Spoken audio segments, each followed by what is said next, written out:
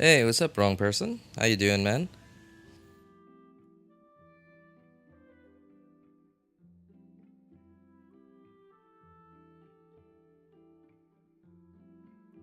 I can finally stream.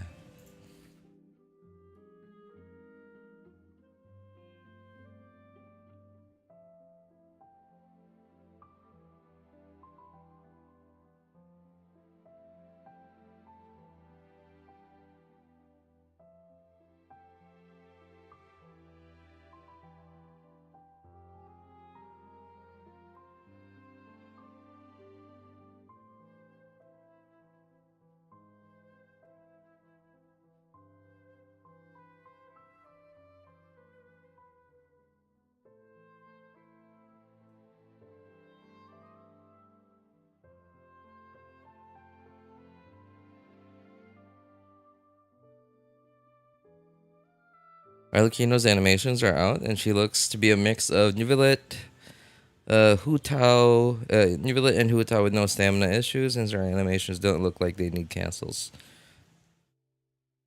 Neuvillette and Hutao? Wow, I can't picture it out. I'm trying to picture it out. It just, like, my brain don't process, jeez. But that sounds real cool, though. It sounds cool, but I just can't picture it out. Those who share the memory. So is Child Dory any good? No.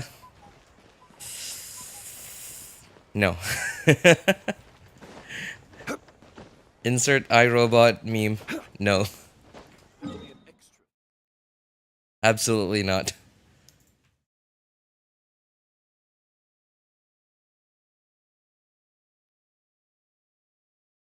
Yeah. I mean, she is, I would say she is unusable. And then at C6, she is usable. She's not bad. But, you know, someone you could use if you really like her. I guess. I missed yesterday's stream. No, Shinrin. Yesterday's stream was not. No, it wasn't a stream.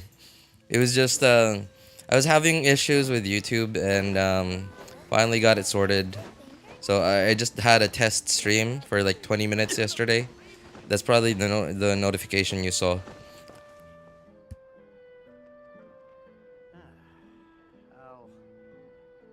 So what do you think of Albedo 2.0? Dude, I've hardly logged into Genshin since yesterday. I was so like yeah, you know, the YouTube thing. I mean, you know, obviously it's software and you know, it happens, it's software. I understand, but glitches, stuff like that. But it turned me off so much yesterday. I was so ready to stream yesterday. And then I even logged in. I tried logging into Genshin a little early just to see if the maintenance finished early. Um, Logged in at like 10:30. I'm like, oh cool. All right, servers are up. Okay, and I even moved a class to today, just you know, just to make room for yesterday. Um, like and everything, and like it was kind of a troublesome like move of that change of schedule. It was quite troublesome, honestly. I put in all that work, and then like you know, I could still stream, but again, I couldn't change. It was glitching, like the UI was glitching. I couldn't change anything about the stream. Couldn't change the title, the thumbnail, anything about it. And I don't know.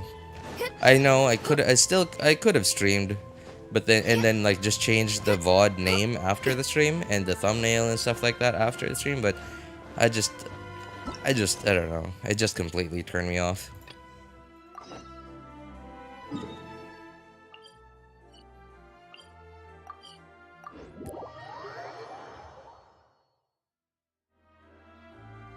Anyway, to answer your question, I have no idea. I haven't even gone into the trial run. I've gone in. I just unga bunga'd my way through the trial run just to get my primo gems, and that's it. Didn't even bother looking at anything. But from what I've heard, she seems to be a quote-unquote power creep. Yeah, that's what I'm hearing. She's a power creep to Albedo. But not much. But, you know, yes. Is she a power creep to Albedo? Yes. How much? That's a different question.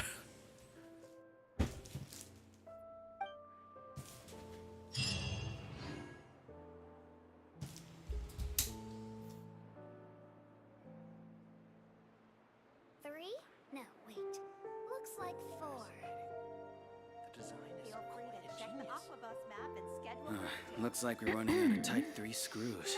She looks like an Alabama, what, cousin of Aika after a day in the mud. Oh, dude, that's... I don't think I'm gonna be able to get that out of my head now.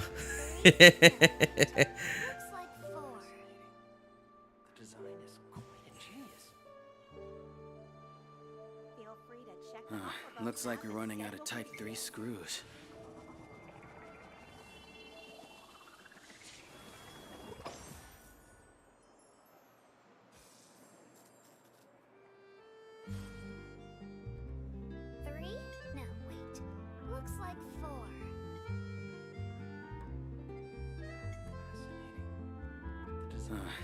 And Cappuccino. The only character with a special attack animation. Only when using her signature weapon. What? This is not. Now that's kind of unfair. Like, I mean, I get that it's a sales move, and it's a sales move, and at the same time, it's a reward for the players who are quote unquote dedicated enough to pull for their waifu, husbando, and their weapon, right? Like, it's sort of like a reward for some players' dedication to quote unquote completing that character. Like, I mean, like there's plenty of ways to look at it, and I'm gonna choose to look at it positively. I'm just tired of being a cynic. Like I'm a cynic in everything already. I might as well be not a cynic in Genshin. I mean, I will still see it. I will still know about the negative side of it, but I'm gonna choose to look at it from a different light. I've got enough problems than to think about Genshin's greed. Access denied.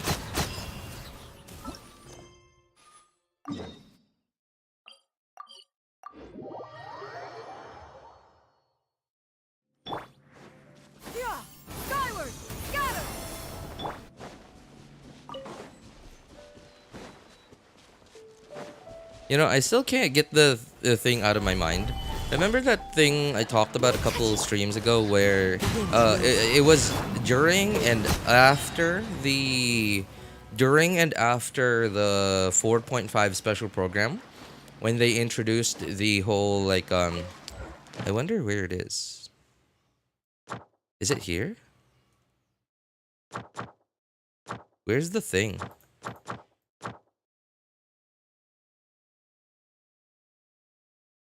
Where's the character guide thing? Oh, hang on. It's not right. Okay, there. I fixed it. Okay, so where's the thing? Where's the thing? Is it here? No. Wait, what? Nobody uses Shimenawa Ganyu, huh? Okay. So where's the guide thing? Is it here? Oh, there it is. 90. So, okay. Yeah, okay. Yeah, so I was talking about this. I still can't get it out of my mind how this feature is clearly meant for new players, right? And not even just new players, like I'm talking about like even players who've been playing for like a month or like 6 months or even a year, who's just like really casual and like doesn't, you know, isn't like one of us who like, oh, I wonder like if 4 Shimenawa Ganyu is better than 4 Wanderer Ganyu or 4 Blizzard Ganyu, and then instantly goes on Google or Reddit or Hoyo Lab. I never really go on Hoyo Lab, so but I know some of you guys do. On YouTube,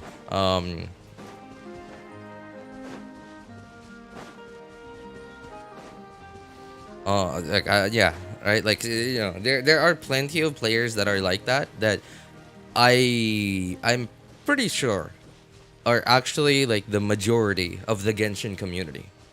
Like, and we just never hear about them because they're not online. Like they are online, obviously, but like they don't go on Twitter. They don't go on Twitter and talk about Genshin all the time because they actually have a life.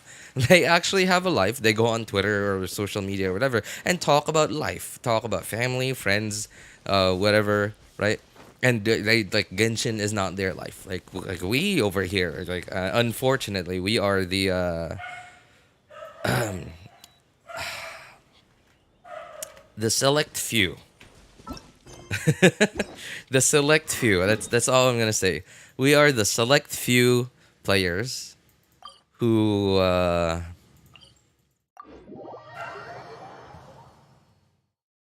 man, there's no good way to put this. We essentially live and breathe Genshin, I guess. I mean, you know, at least I do, kind of, not really, but yes. Hey, what's up, NVG? Waiting? Waiting for what, man? 4.5?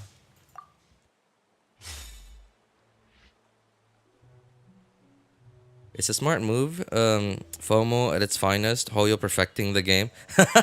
the not the game Genshin Impact. No, not this game. They're they've perfected the how much and how subtly can I implement FOMO in my players' minds? Right? Like how much FOMO can I implement without these idiots noticing? Rain outlines your fate. Rain cutter, know my sword.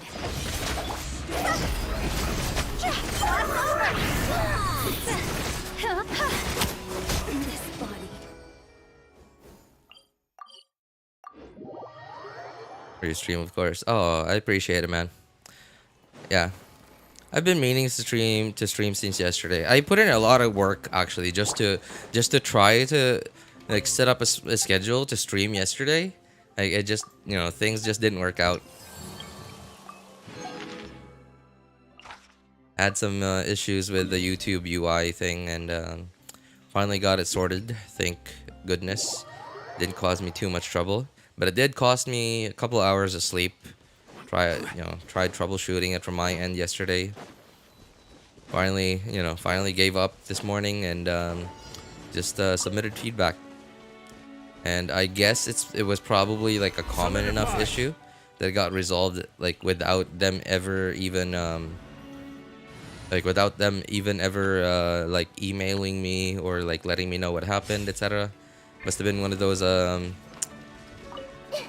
one of those like customer service calls that where customer service is like, oh, I see what happened. Like customer starts the agent starts asking, so what can I help you with? And then customer starts talking, and then agent on the line says, oh wait, I think I know what's going on, and then like fixes it and like, how's that? All right, good, thanks, have a good day.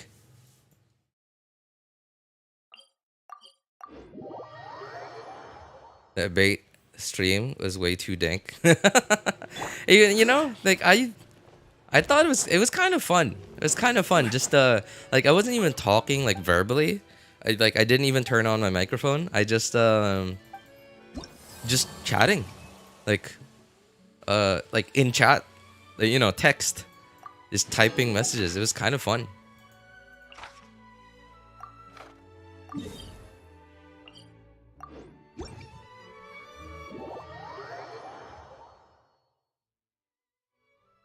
Honestly, if there is limited time, $20 DLC to remove chlorines. Oh my god. Okay, I'm just for the sake of completion, I'm gonna read your message fully. Honestly, if there was a way, a limited time $20 DLC to remove chlorines, Chlorine's buttons one by one, my wallet would be empty.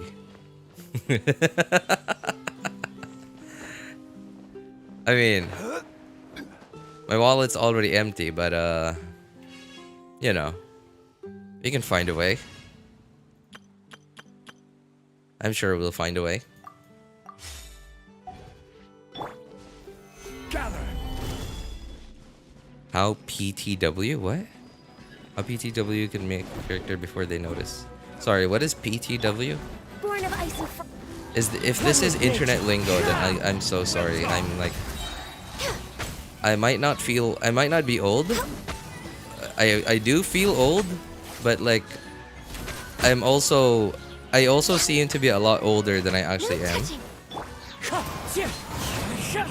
Judging by like how well, number one, how badly that arrow missed, and number two, also how disconnected I feel from the internet despite basically living on the internet. Oh, pay to win. Oh, PTW. Okay, sorry. Yeah, I'm used to like people typing it as P2W. But yeah, PTW. Okay. How pay to win? You can make the character before they notice. I mean, well, I get that the thing is like it's hard to. You can make that argument about Genshin, right? Like that Genshin is pay to win. Yes. But the thing is, because they haven't given us any hard content at all, you can also make the counter argument to that.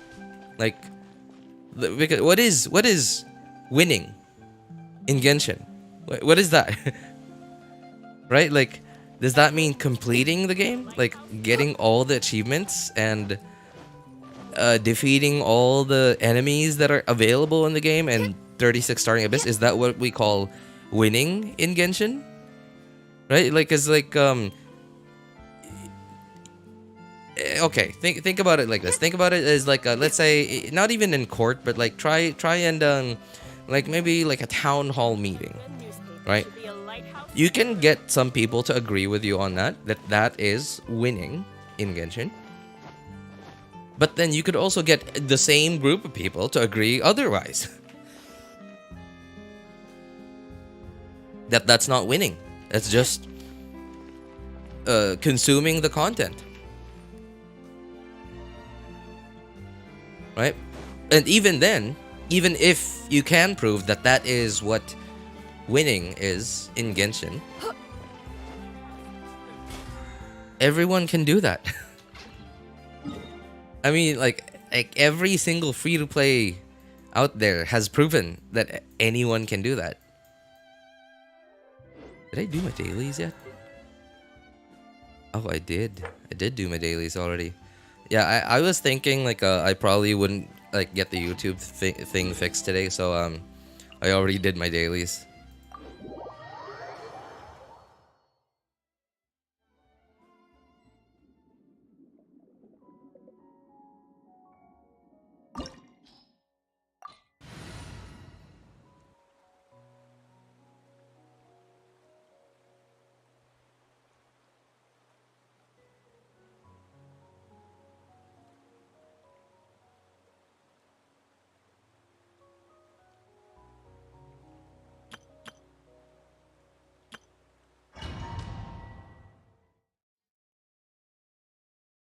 Being able to do Spiral Abyss with your 2-year-old nephew, controlling the character, is what I call winning. Right? But then yeah, like everyone has their own, in quotes, their own definition of winning in this game. Because the hardest content in the game is easily doable, provided that you know, optimize. Like, you don't even have to like maximize, you just have to optimize, right? Like it's, you know, it doesn't take much, and I know that it takes a lot of time. Yes, it takes a lot of time to build the characters and the teams, because you have to wait for the specific character reruns to build the right teams that you want. Oh, my shield's gone. Okay, I think I dodged that. Either that or like I just got lucky and had enough HP. Gather. Quietly now.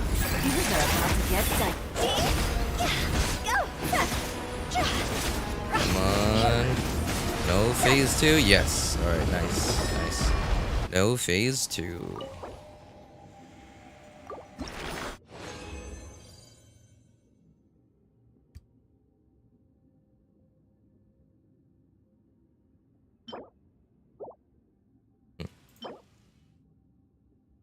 Yeah.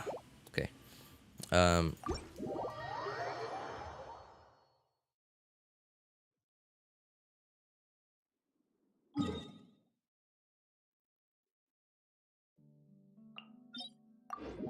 So yeah, technically Genshin is like you can prove that Genshin is pay to win, but you can also just as easily prove that Genshin is not pay to win because they did not give us any content that you need to pay to um, achieve or defeat or conquer or whatever. So, and the for a lot of players, the term winning in Genshin is getting their waifus and husbandos. Let me lead you around. And I guess to some people, like I'm sure some people, some Genshin players probably realize that, and they probably are like, they probably know that, and they're like, I've accepted it. Busted. Hey, I won 50-50. Technically, that's winning for them. I won 50-50.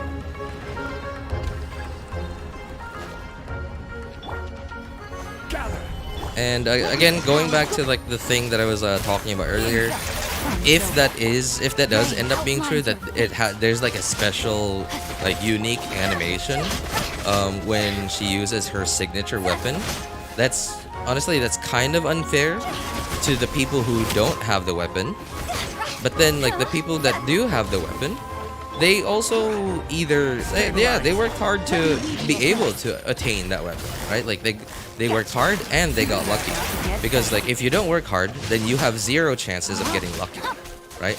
Because let's say, and by working hard, I mean either like resisting the urge to wish on previous banners, on other banners before her, and being able to save enough of your free currency before she comes out. Or working hard in school Busted. Here comes the cash. and getting a good job, or working hard on your self-made business, or yeah, working hard essentially just to earn enough money to provide for you, yourself, your family, and whatever, and your needs, and still having enough money to spend on Genshin. Right, like you technically you worked hard for it. So it's a way to reward those players. But yeah, I also see how the players who do not have that weapon and are like, hey, why are this is unfair? It's pay to win. Like I can also understand like why people would feel that way.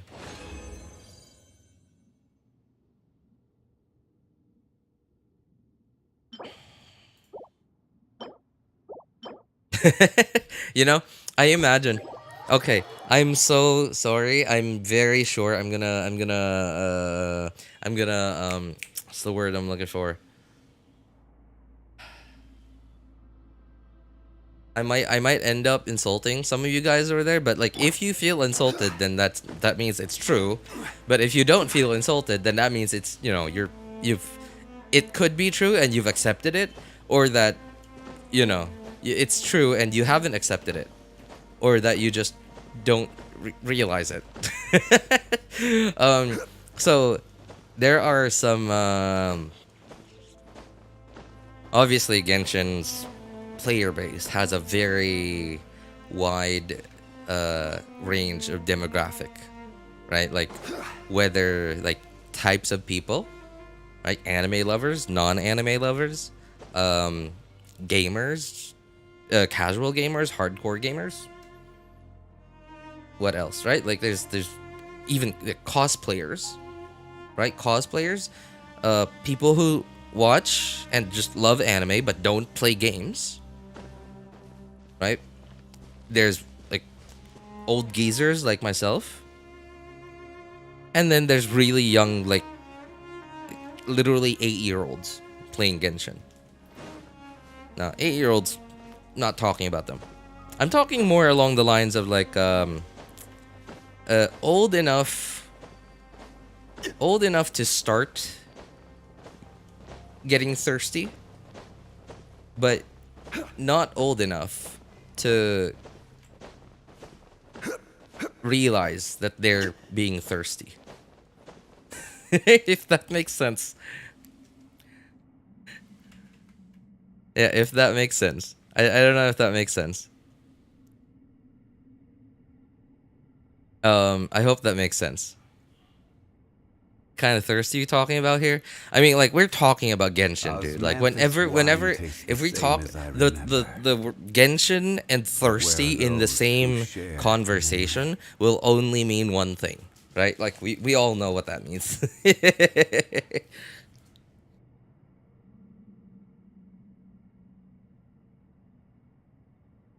If only mom tells me my Gcash password, I think I'd wail. To be honest, yeah, you could wail, and then your mom would stop paying for your tuition and tell you to go get a job to make back that money and help pay rent. That's exactly what would happen, dude. I'm a dad. I'm a dad. I live on my own. I mean, not my own, like with my family, and I don't live with my parents. I pay all my bills, and I know exactly how that feels. So yes.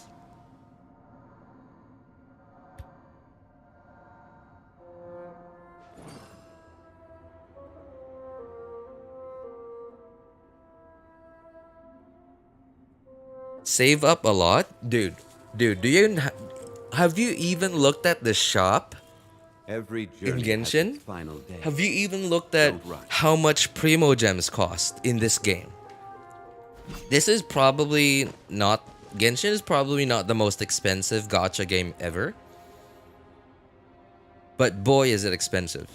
Like, if you look at other gacha games, especially some of the lower budget gacha games, I understand, obviously, they have to make that money back, right? Like, they spent, like $100 million. Like, what was it? Like, you go on Google and you look up Genshin development budget. Like, the first answer you're going to get is somewhere along, like, $110 million.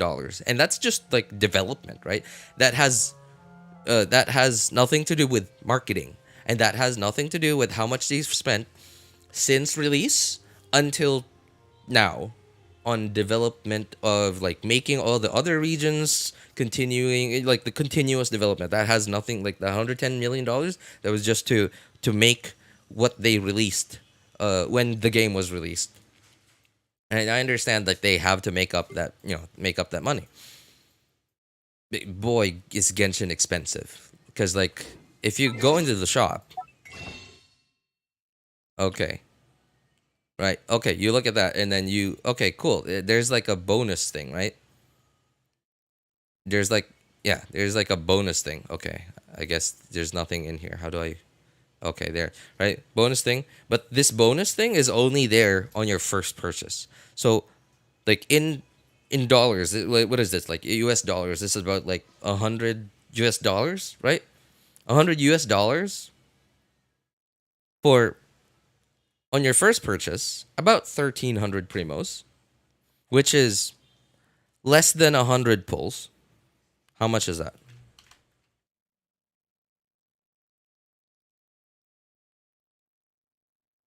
$80, right? Like, that's not even enough to get to hard pity. That's your first purchase, $100. Afterwards, I think you still get like a little bonus. I don't think, yeah, obviously you don't get the full bonus again. I think there's still like a little bonus after your first purchase, but I think it's more like, I don't know, like 500 Genesis crystals or like 1,000 Genesis crystals. So essentially, let's say you get like 7,000, right? $100 US for 7,000 Genesis crystals. How much is that? 7,000. How many pulls is that? 43 pulls. Not even enough to get you to soft pity. Right? And you're on 50-50. And you're already like, okay, 43 plus what? 81. What is that? What? 124, right? You're not even guaranteed, like, if you lose 50-50 and you have average luck, $200 in, and that's on your first purchase, right? $200 in, you're not even guaranteed your character yet.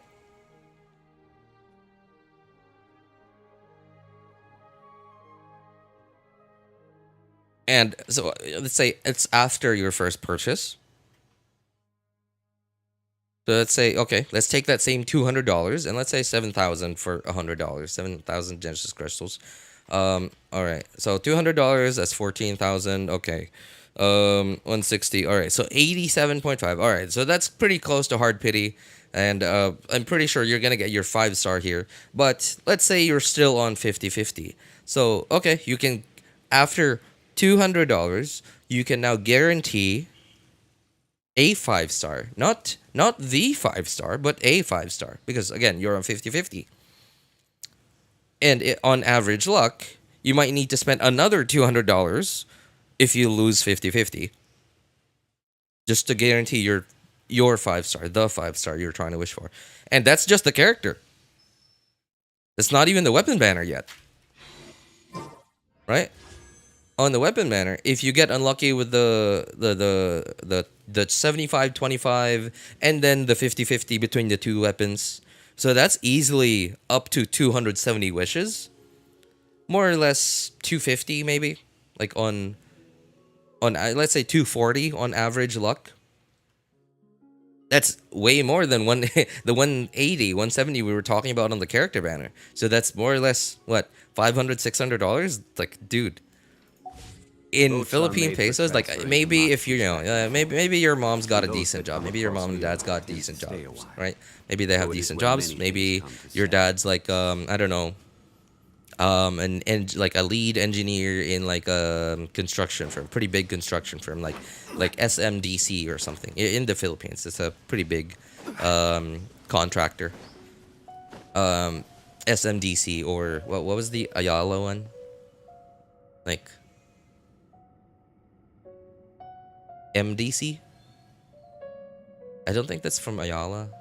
M is like Makati. But I don't know. I feel like Makati is basically owned by the Ayalas.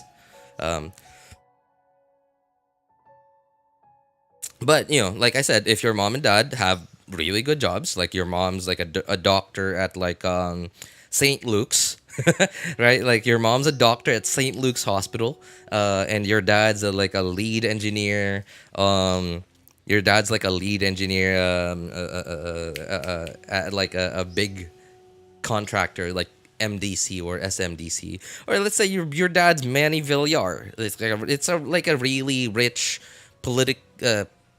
politician slash in quotes farmer here in the Philippines.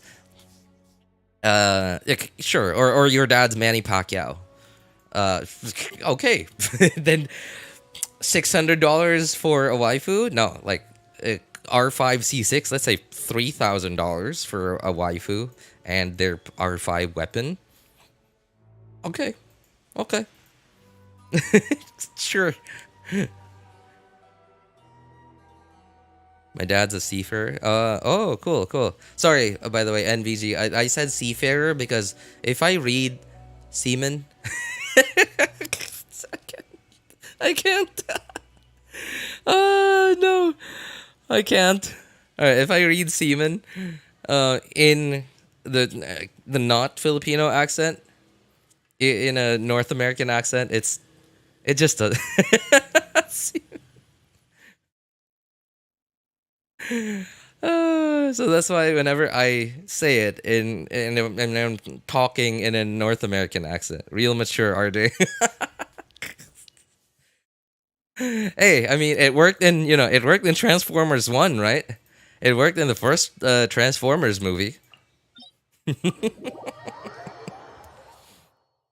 Also, I mean, that also depends, because like there's like multiple ranks of being a seafarer, right? Like if your dad is a forgot something.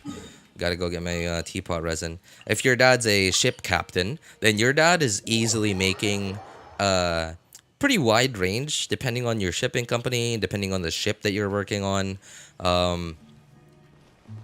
Anywhere from let me think. This realm is truly beginning to Sorry, I'm thrive. trying to think. I 1,000. cannot help but be stirred. anywhere from like around maybe $8,500 to $20,000 a month. Yeah, like the riskier the job, the higher your salary. Like for example, if you work on an oil rig or an oil tanker, right? That's a really high risk job. Um, yeah, right. So it depends, highly depends, but anywhere from $8,500 to $20,000 is what I've heard ship captains can make. That being said, like even if I had even if I could just say yes or no, if I wanted to be a ship captain, I don't think I would say yes. The amount of responsibility is like, crazy. Like think about it. Think about the whole like evergreen, what evergreen evergreen situation a couple years back. I think it was like what was it last year, 2 years ago, I think, right? The evergreen forgot the name. The like the giant container ship that got stuck like in the Suez, I think, the Suez Canal for like a few days. And it, dude, if I was the ship captain, I would have like jumped ship. I don't know how I can face that much responsibility. Right, like you know, like the ship was. Like, I'm sure the ship had some damage on it, and you're responsible for the damage on the ship. Don't rush. And now the company you work for is responsible for all the damage that caused, and the company you work for is now holding you responsible for all of that.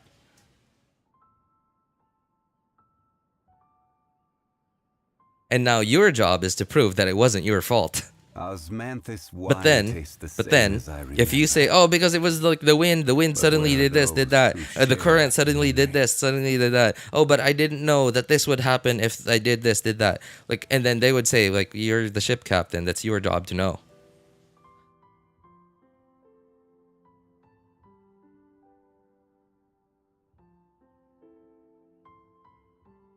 Let's just say he likes taking he likes taking whisks. What a great day. You joined the stream and RJ is saying Steam. A great day indeed. A great day. Okay, I think I got my teapot already. Teapot resin. Yep, there it is. A great day in history indeed.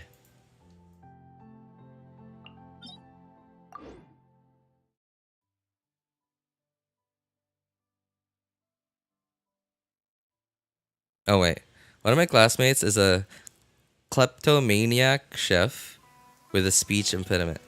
Sorry. uh,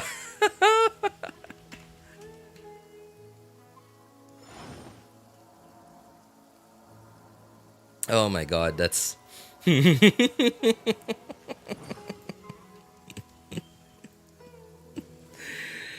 that was good. Yeah, I like if you did like if you did like a stand up act with that, I think some people like that might go over some people's heads.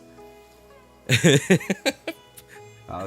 the people that do get it will actually say, "Not bad, not bad." Where are those who share the memory?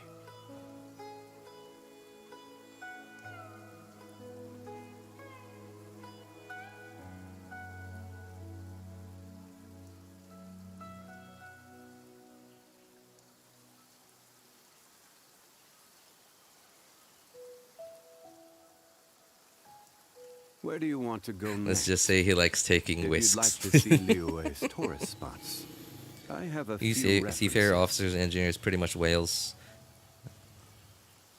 I'm scared of those kinds of jobs. Heard the story where a bunch of people set out, and because of some corrupted companies, the people ended up killing each other and ship out of sea.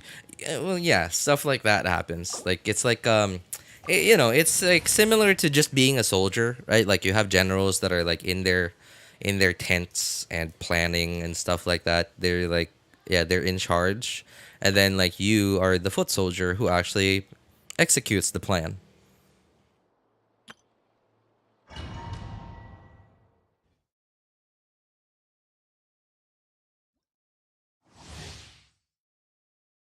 What is a kleptomaniac chef? So okay, I'm gonna hang on. Let's go on Google. What is the definition of this? Kleptomaniac, like the pro. Okay, here it is.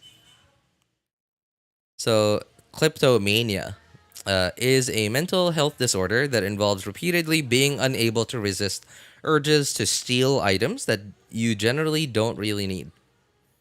So you have a kleptomaniac chef, and then let's just like the punchline from Spartan is, let's just say he likes taking whisks. Badumts.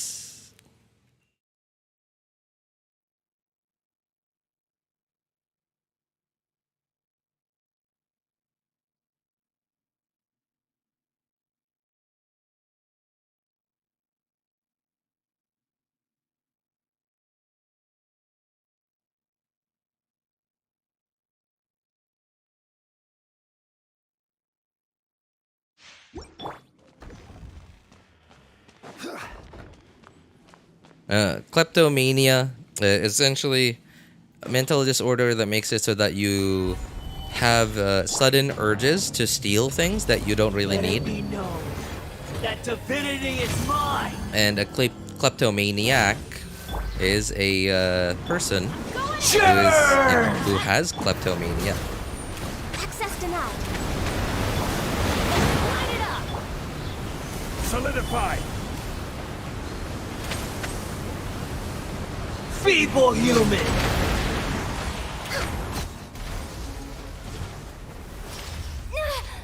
I'm glad you got it.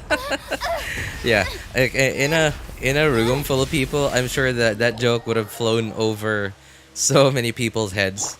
I mean, I gotta. Oh my god, this boss again. It's so loud. I gotta admit, I had to look it up real quick. Like, I was like, kleptomaniac. Okay, this sounds like a pretty awesome joke. Like I said to myself, I cannot afford to miss this. So I had to really quickly Google it. Light it up. Oops.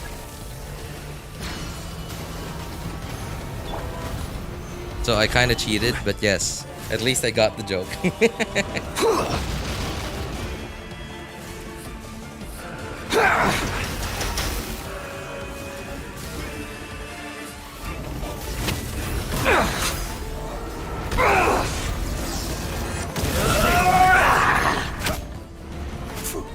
Give me those particles.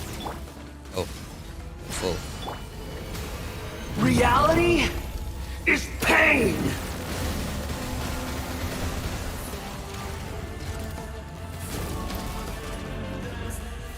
Good riddance. An alcoholic takes a drink. A kleptomaniac takes a drink. Takes a drink.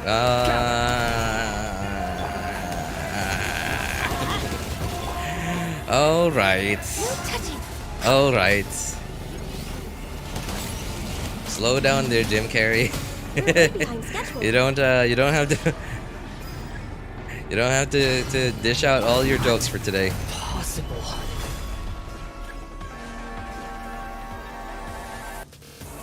An alcoholic takes a drink, and a kleptomaniac takes a drink. No touching. Oops. Oh man.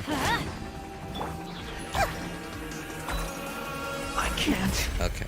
Go again. Killed by burning.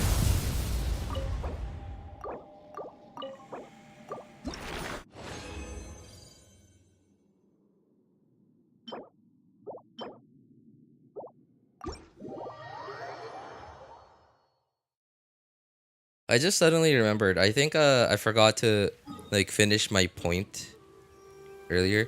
Wait a moment. Hey, have you? Has that always looked like that? Can you guys see this? Like, look at this. Look at the gloss on this mossy tree root. Is that a tree root? I don't know if it's a tree root. Has that always looked that good? Am I just noticing it now?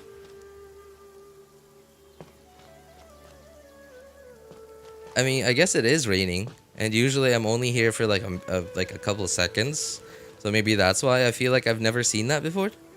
But wow, that looks so good. Hey, it doesn't look realistic, but obviously this is like an anime-ish world, so like doesn't have to look realistic. It just has to look attractive. And okay, well,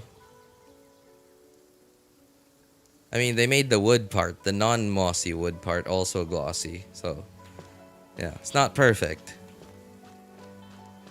but not bad.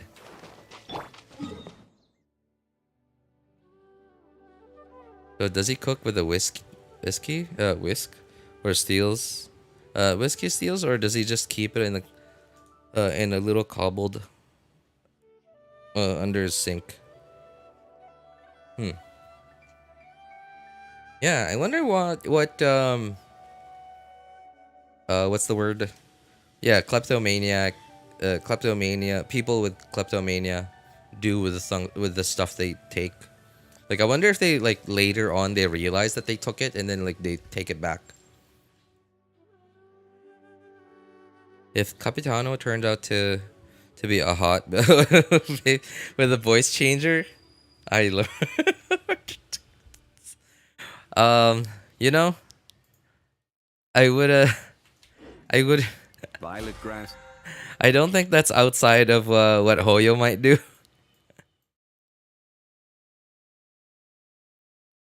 Cause like so for the longest time we've known about Tartaglia's master's name, right? Skirk. And at least I didn't know. Like I've never heard him refer to Skirk as a he or a she, so I just didn't know if it was like a dude or not. And then I thought like, okay, Skirk. He like the way he talks about Skirk sounds like Skirk is pretty ruthless. Right, so I imagine he's like some like, you know, like big buff dude that's just like really battle scarred and like just ruthless, you know, stuff like that, right? And then turns out, well, she wasn't.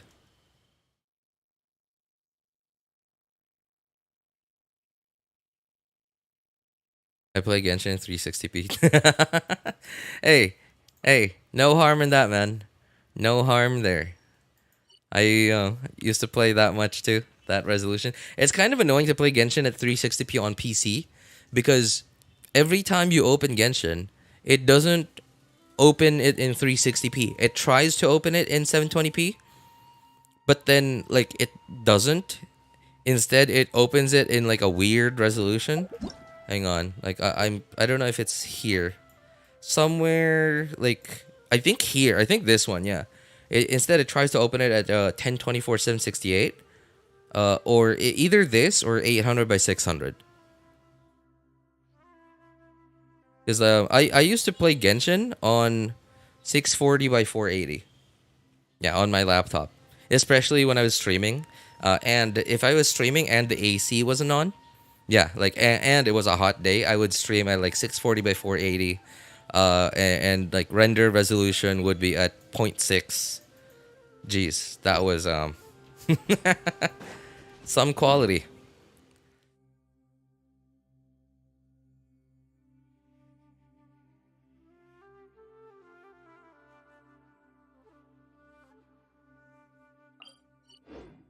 Wait, what day is it today? Wednesday. No, okay.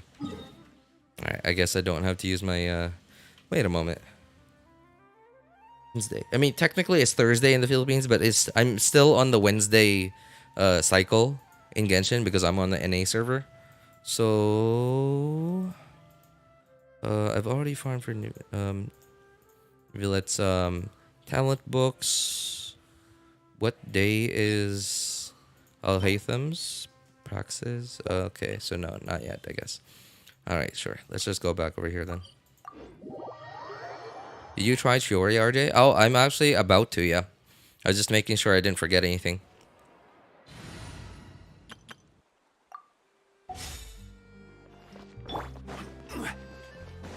Speaking of forget anything, I, better not forget to check on my other accounts, see if I did my dailies over there.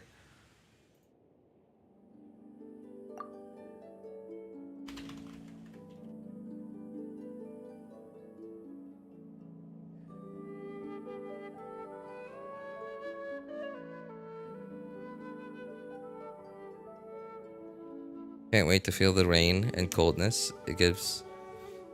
Screwed rice reason. Well, yeah. You know, I mean, the thing I like. Actually, no. There's nothing about summer in the Philippines that I like. It's just really hot, really dusty, really annoying. I hate it. Oh, I guess I gotta condense one more resin.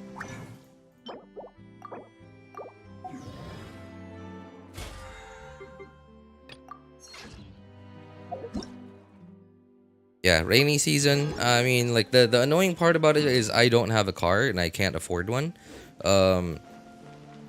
But it's not that bad because I almost never really have to go anywhere. So not having a car isn't too annoying for me during the rainy season.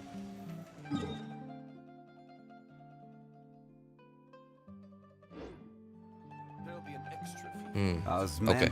Yeah, wine done. taste. Alright, gonna check the other account.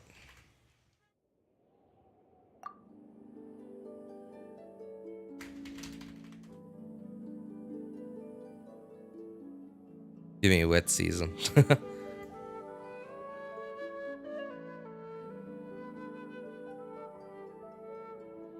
Triple banner wasn't what we expected.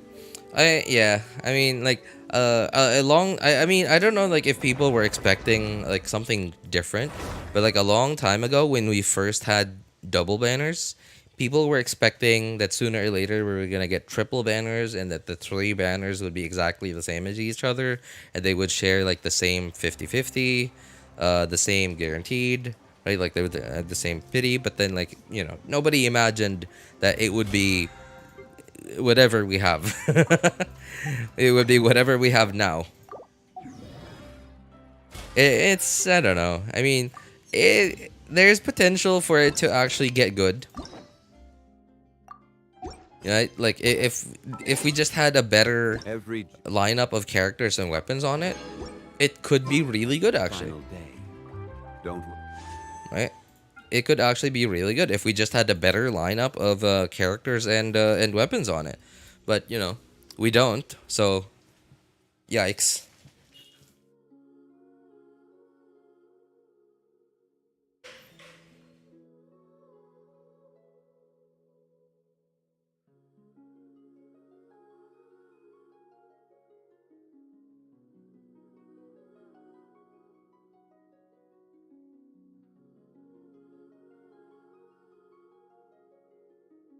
Honestly, I'm kind of having second thoughts whether I should go for Eula or not.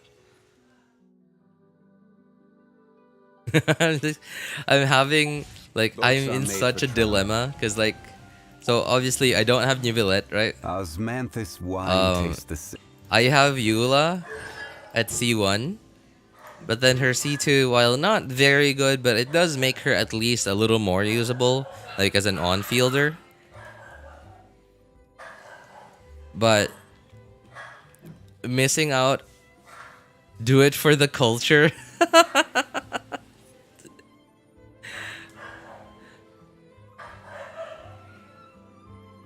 Why does this banner only last for 20 days? I thought it would last for the full patch. I know, right? That one, I was kind of surprised. I was kind of surprised by that.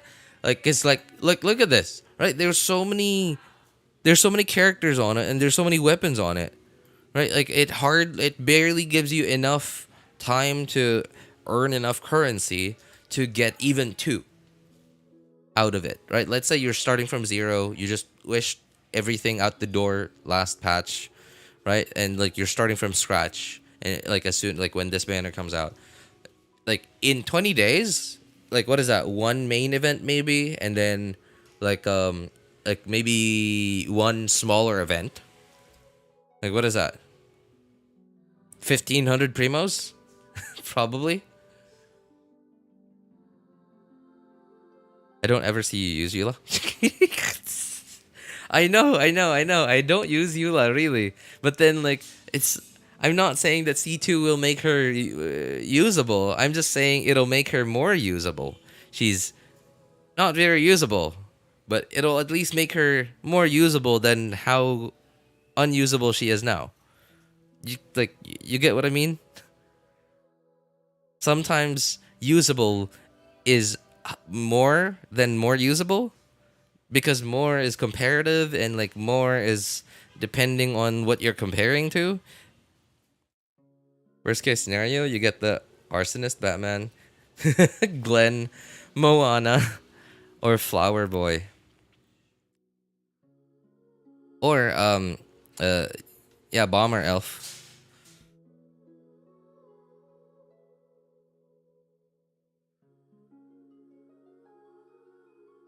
The weapon banner here is 50-50 compared to the limited banner 75-25, but 2 weapons in the banner. Yeah, so like it's you don't even know which one's better, right? Like they somehow found a way to make this banner so it's like it's not like so bad that you can say you're disappointed, but it's also bad enough that you just feel like right. It's honestly I think the odds are kind of I don't know, kind of better in like depending on how you look at it, because technically like if you're pulling for weapons here compared to the weapon banner, in the weapon banner you have to win a 75-25 and then you have to win a 50-50 because there's 2 weapons. You win the 75-25 whether it's one of these 2 weapons or not. 75% pretty high. But then there's also the 25% chance that you don't get one of these and you get the standard 5-star weapons, which are just, like you know how they are. They're just not great. Like unless maybe if you don't have an Aquila Favonia yet and you've been, like you have a 4 Noblesse set for Bennett that has a lot of ER that can give you enough ER even without an ER weapon, then you're happy. You're pretty happy to lose your 75-25 and get Aquila Favonia. Not bad. Not bad. But then like once you have your Aquila Favonia and you get something else, like you get Skyward Spine, you get Skyward Pride or Skyward Harp. Right? Like there's like a very limited number of scenarios that you might actually be happy losing the 75-25, and then if you win the 75-25, now you have to win the 50-50 between the 2. And it's especially painful nowadays because of the way that Hoyo is designing weapons. They're designing signature weapons to be really good if you look at the stats and the passive together and look at it together with the characters it was made for. And then you when you start thinking about who else can I use this on? Insert cricket sounds.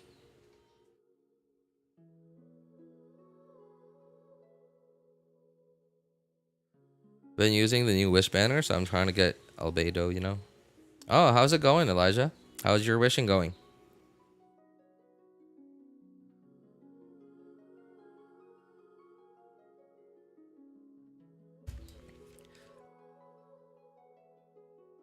You're trying to get Chiori, I guess Itto too? You said 3 characters, right? Yeah, Chiori, Itto, and Albedo. Oh my god, that's a tall order. That is a tall order.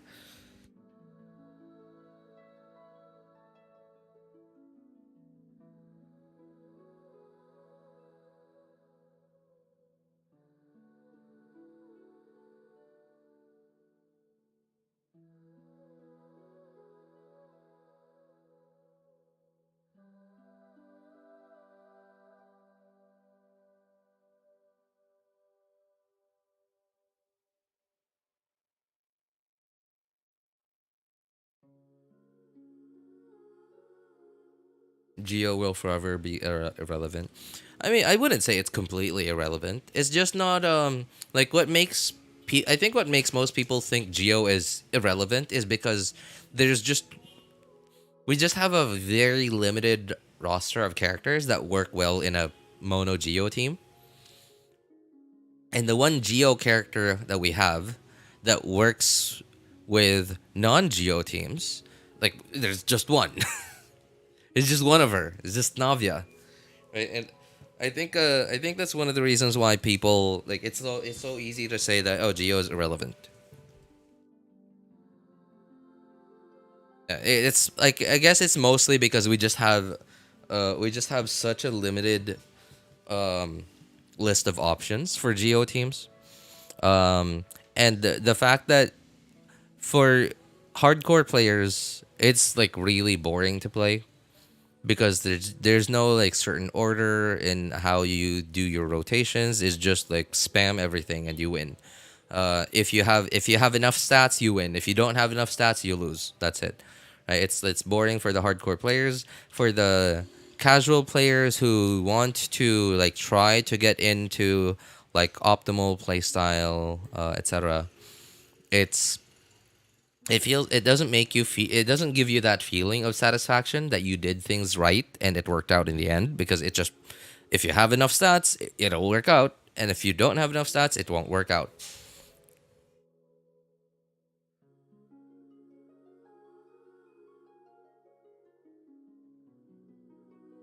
Yeah, but you know, the thing is like the one mono geo team that does work is C6 Noel that is really well built, and of course an Itto team. Even more so if you have constellations and or you have his weapon, right? The Stonethresher.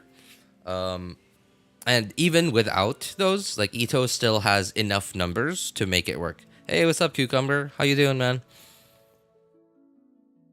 The problem is it ignores the systems the game is based on. I mean, I wouldn't say it ignores it, like because Geo is just like well, it's Geo. Technically, that's just what Geo does. It just gives you crystallize, and I think the way Navia's kit works around crystallize, I thought that was like a good attempt. Like it's not perfect, you know. I'm sure it could have been better. I'm sure they could have come up with something better. I certainly am not smart enough to come up with something better, right? But at least it was a good attempt to try and make crystallize, to try and make crystallize a thing, right? Try and make people think, oh, I need to do crystallize in my rotation. Oh, I need to use this character, this character to produce a lot of crystallizes, right? Like it was a good attempt. It was a good attempt. But yeah.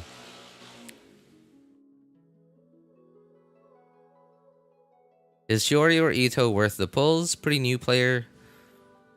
How new? How new, Cucumber? Yeah. You need to tell me that because if you're like 1 week new, then it's gonna be really hard to make him work well. It's gonna take a while, and you're gonna need quite a few other characters. So maybe no if you're like 1 week or 1 month new. But if you're like 1 year, 1 to 2 years new, maybe. Yeah. Air 35 haven't gone to Inzuma yet. Oh, okay. I assume you've been playing for like maybe a few months, maybe a month or 2 months. That's actively, or like maybe up to 6 months, on and off, I guess. If you pull for him now, okay, I guess I'll just say the things that you need to really maximize. Again, Cucumber, I'm gonna go about this answer objectively, right? Like DPS wise, like combat wise, and not by is Itto worth the pulls based on like subjectiveness, like subjective opinion on like whether I like his character or not. Like I'm gonna go about this number wise, DPS wise, etc. So I'm gonna say the things that you need to try to maximize, or at least try to maximize Itto.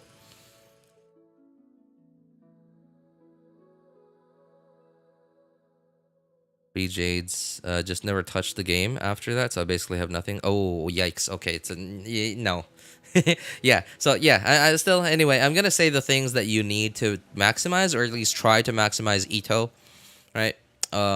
Okay, obviously, if you're a whale, like just get like wish for him, get his constellations, get his weapon. Sure, all right, easy, done. Uh, but if if you're not a whale, then obviously you're highly likely to just have one copy of him and probably not get his weapon as well. Okay, so here are some of the things. No, here are like most of the things that you're gonna need. You're gonna need a weapon. It's a craftable weapon. I don't think I have it on this account actually. So it's called the White Blind. It's a claymore. It's a craftable Mondstadt weapon. And of course because of that you're gonna need one of these. At least one of these. And if you want to refine it, then you're gonna need 5 of these if you want it to be stronger. Okay, so that's one. Obviously, you need to level up to as high as you can as well. Another thing you also need is either Albedo or Chiori, and Goro. Yes, you heard that right. You need all of those. Albedo, or Chiori, and Goro, and or maybe Zhongli if you want to play comfortably.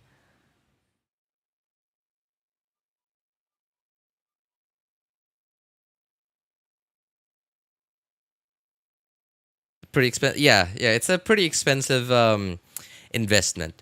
Now, it does have its advantages and disadvantages. Advantage is because it's Geo, you're not really relying on like doing certain elemental reactions. Like all you're trying to do is dish out as much damage as you can, right? Like compared to let's say vaporize. Yeah, let's say a vaporized like Hu Tao team. If you have enemies that are let's say like big electro slimes, then obviously you can't vaporize on them. So the damage you're expecting isn't going to happen because you can't vaporize on those enemies. Whereas with Geo, you're just like doing damage all the time, the same damage, like whatever the case is. The only disadvantage you have is like again immune to Geo. Your whole team is Geo, so you have no, you really have no other option. So you're gonna have to like put that team aside and like come up with another team. Yeah, pros and cons. Another disadvantage is Itto is so among Chiori and Itto. Chiori is an off-field character, and Itto is an on-field character. So like that's why I'm focusing mainly on Itto. So he is burst reliant, right? Like a lot of his DPS is behind his burst because if you're just attacking on your physical normal attacks, obviously you're not gonna do much damage, and because you're burst reliant, that means you're gonna have to. Okay, right. Here's the thing too: Chiori and or Albedo, they work well on this set, the Husk set. 4 pieces of it, not just 2, but 4 pieces of it. And they all need to have good crit ratios. Now, Chiori can work on some other teams, I think. Sorry, not teams. Artifacts can work. I think Chiori can work on. What is Albedo better on 4 Husk or 4? I don't know the math, but I think this set, the Golden Troop set, can be good. Yeah, I think it. Hang on, where's this? Skill damage will not be when not on the field. Skill damage will further increase. Okay, so yeah, this is pretty good on Albedo as well, and or on Chiori. But if you're only farming this domain to build your Chiori and or Albedo, then that means you're not farming for your Itto, who needs this set. And if you farm for this in this domain for your Itto, it means it's good because you're farming for Itto, Albedo, and or Chiori at the same time. But when you have a good piece, now you're thinking, okay, so like who do I put this on? Itto, Albedo, or Chiori? You're now that's all the way in. Oh yeah, you said you didn't. Oh no, you said you're not in Inazuma yet. Yeah, you said you're not in Inazuma yet. Also, obviously Itto is from Inazuma, so his ascension materials are in Inazuma. So you're gonna have to get your butt to Inazuma. Yeah, yep. Yeah, I don't think Itto's yeah, I don't think Itto has the right cards right now, man. Anyway, Cucumber, I would recommend that you hold off for now, unless if you really like Itto.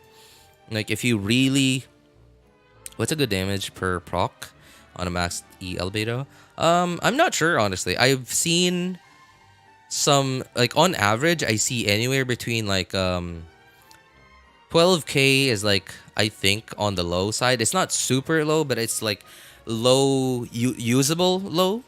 And I also see really well built albedos do like, I don't know, 25 to 40k maybe. And I think that's with like a Bennett buff, I think. I'm not sure. I don't know. No. What am I talking about? Bennett buff? Like it scales off of defense. I don't know. I remember it was like some whale a long time ago doing like damage testing, like really trying to max out Albedo's flower damage. So I remember seeing like 40k, but then like, yeah, that was a whale. So anyway, Cucumber, if you're not tied at the hip to Albedo, or sorry, Itto and or Geo teams in general, I would highly recommend just skipping. Just skip it for now, because like look who we have on the horizon. We have it's not here. What am I doing? No, it's not here. Okay, so we have Neuvillette and Kazuha on the horizon. Yeah, we have Neuvillette and Kazuha on the horizon, and to Itto's not bad, but you sort of have to make a case to make them good, right? Like to prove that they're good. Whereas Neuvillette, he walks into the court, judge says, guilty. That's it. Like, hearing's done.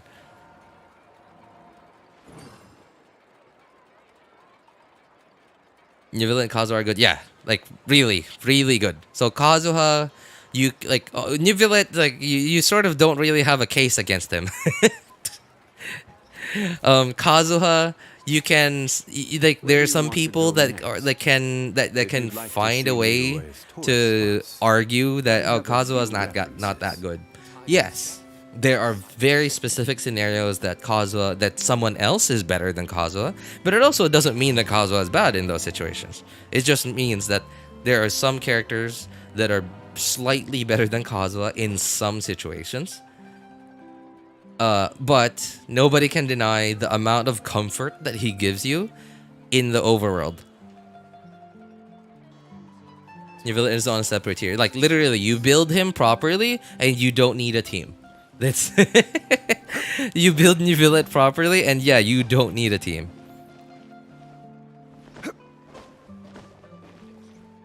Really lame puns, RJ, but I can't judge. No, man. Oh, man, you are on fire today, dude. Did you just watch like a movie like full of puns? Like I mean, like I know I get into that mood when I do something like that. Like I get into like a I will talk little mood to sound cool, to sound badass after I just watched like a movie that has a lot of that.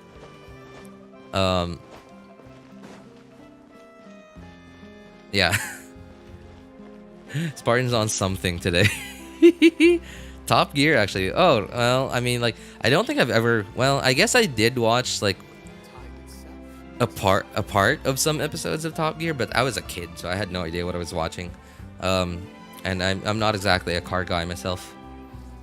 But I imagine Top Gear is not a show with puns. So I don't know how Top Gear have done that to you, man.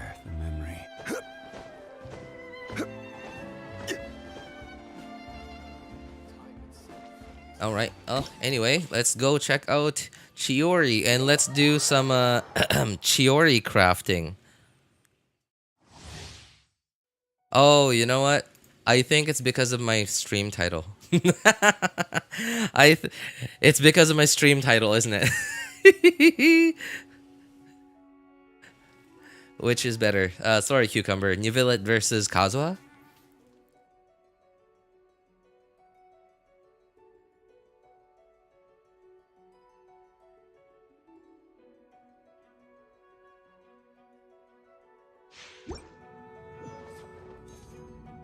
Oh, by the way, some really very small detail, but really appreciated detail that I noticed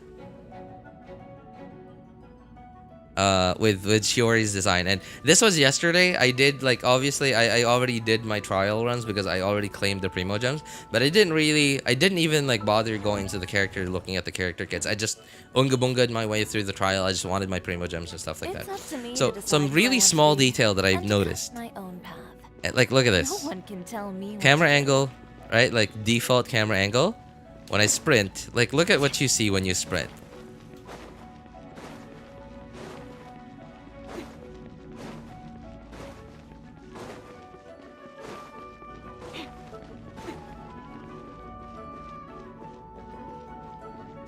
Hey, what's up, Unrevealed? How you doing, man? Wait, isn't Kazuha also an Izuma character? Yes. He is also an Izuma character. It's thigh noon. Yes.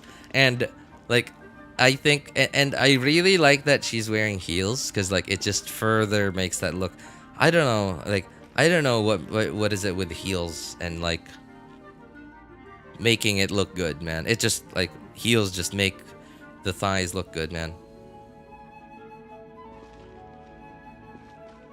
Yeah, there's something about heels. And I really like that.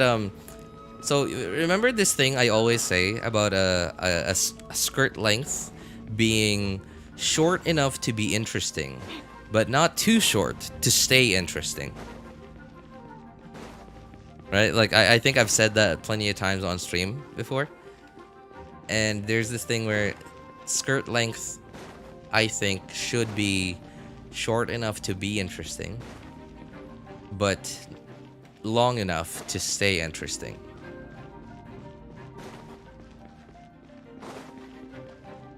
RJ is the person that can laugh at anything. I mean, technically, I would agree with that, yeah, because, you know, like, weird thing about me is, like, for some reason, whenever I get caught in, like, a strange, like, tight place, like, I get mashed up against the wall by something big that I can't move myself. Like, I'm a pretty big guy. I'm not super tall, but I'm a pretty big guy.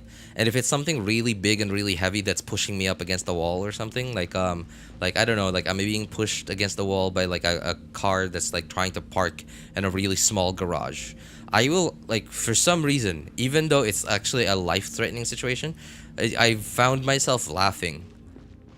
Like, it's so weird. I don't know why.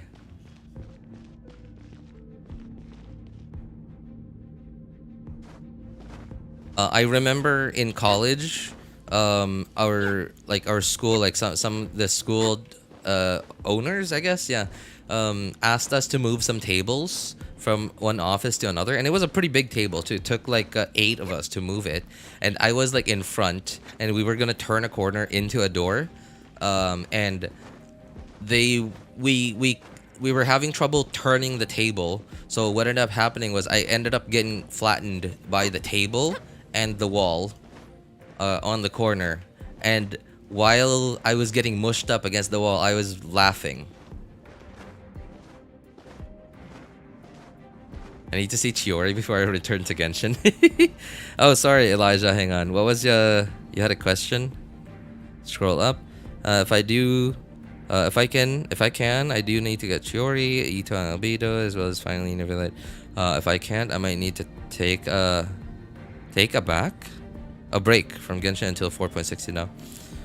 I mean, that makes sense, yeah. But, like, if you're really planning to get Chiori, Itto, and Albedo, and you're free to play, like, if you're a whale, yeah, easy, no problem. You just swipe and get all of them immediately, 5 minutes, right?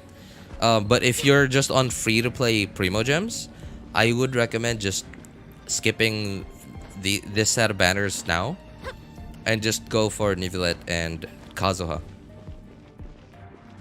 Anyway, yeah, let's take a look at least like let's take a look at Chiori's kit. Hey, yep. So I really like that the skirt length is short enough to be interesting, but because she's wearing shorts, like it's like it makes you like on a first look, it makes you think like, oh, I see something, but then you look and you're like, oh no. But man, oh boy, that does look attractive. Like, I like that little detail. Chef's kiss. Yep. I like that little detail. They keep me interested. They give me something I'm interested in, and they don't reveal it too much so that it stays interesting. I love that. I love that little detail right there. Alright, let's take a look at her kit though. So obviously she's a sword user, one-hand sword user. Oh, they have her on Golden Troop in the trial. Okay, so I'm assuming RJ's a man of culture. I've Kazuha, RJ. Okay, well, yeah, I would recommend just, going for Neuvillette. Neuvillette and his weapon. Like, if you want your Neuvillette to be really strong, like, Neuvillette is already very strong. Now, I don't know if you're still in chat, unrevealed, like, do you know the difference between just prototype Amber Neuvillette and Neuvillette with his signature weapon? Like, how much is the difference? Do you know? The stockings or something? Yeah, the stockings too, right? Oh yeah, that's another thing too, like the stocking length, right? Like, look at that. They're just like, look at this, like, straightforward. They're just short. They're just long. They're just short enough to reveal that there's something there, but they're long enough to barely reveal anything, right? Again, skirt length short enough to be interesting, long enough to stay interesting. And in this case, stocking length short enough to be interesting, long enough to stay interesting.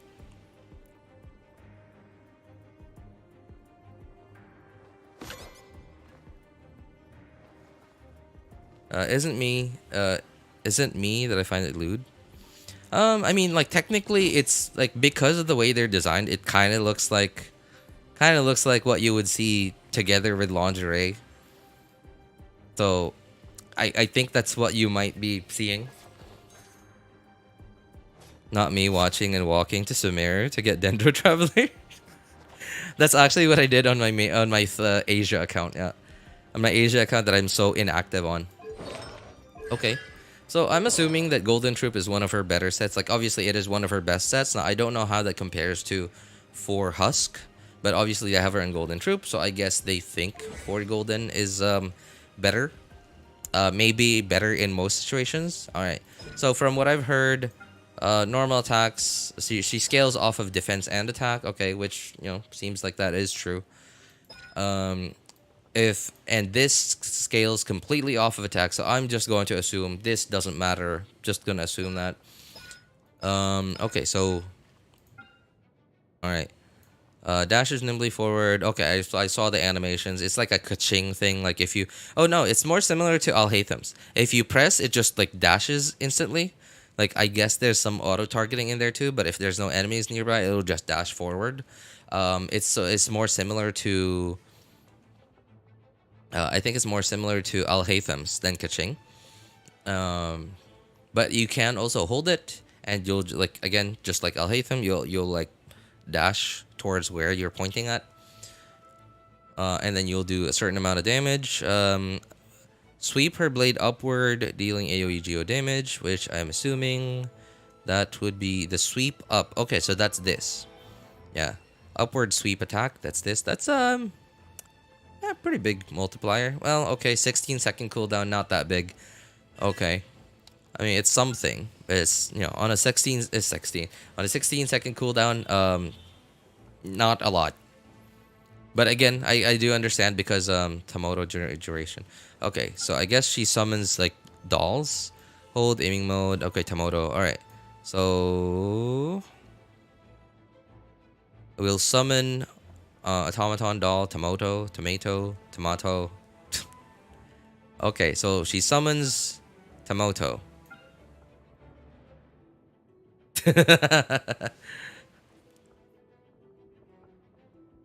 Those eyes are like cool and dead at the same time. Yeah, I also really like that. They're like looking at you, and they're like waiting to be impressed, but at the same time, like because they're there, right? Like they're actually looking at you, paying attention to you. You're like, I have a chance.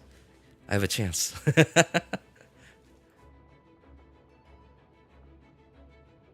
Tomoto will slash nearby opponents based on Chiori's attack and defense. While active, they're nearby geo constructs. Additional Tomoto. Okay, so you can have up to 2 of these if you have if there are nearby geo constructs or geo construct. Okay, so that are created nearby.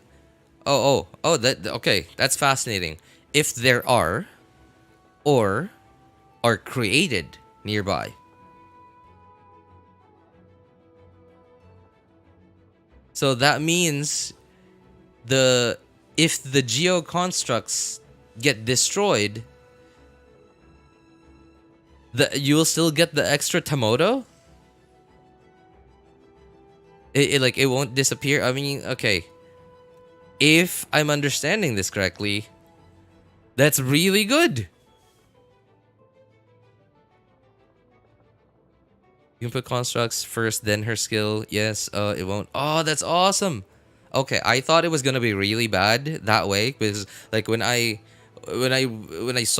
heard them say that in the special program, they said if you have a geo construct, then you can get an extra one, and then I thought, whoa, double the damage. Okay, double the normal, like 1 Tomoto damage. But then, like, I thought about it, and like, okay, the geo constructs get destroyed, you lose the 1 Tomoto, you'll only be back to 1, and you're like, okay, sure.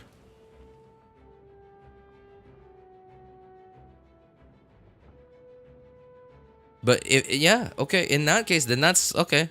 It's not bad. It's not bad. It looks like a showroom employee looking at you until you buy something.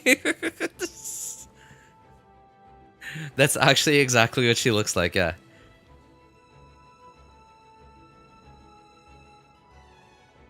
I mean, now that I'm looking at her design, she actually looks pretty good.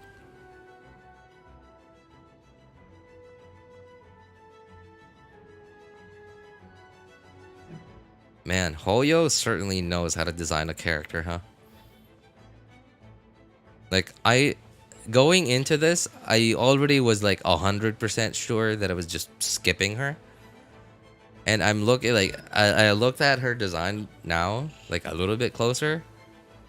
And, like, now I'm not 100%. I'm still, like, maybe 98% sure that I'm going to skip her. There's the 2% of me that wants to get her at least. But, man, geez. I don't know. Like, designs are top tier. I know, right? And I love that they don't just look good in the splash art.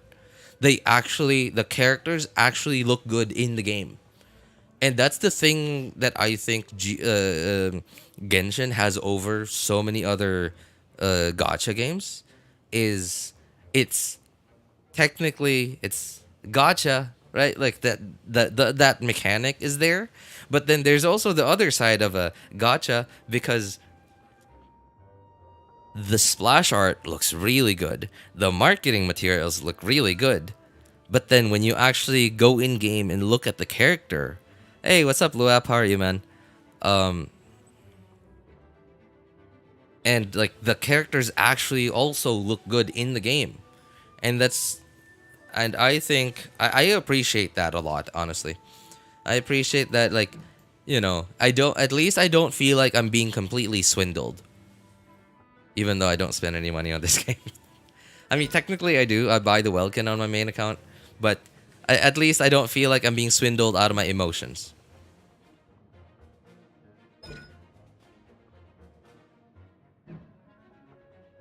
I mean, they're there. It's just because of this, like, the Japanese thing with this giant ribbon, like, whatever it's called.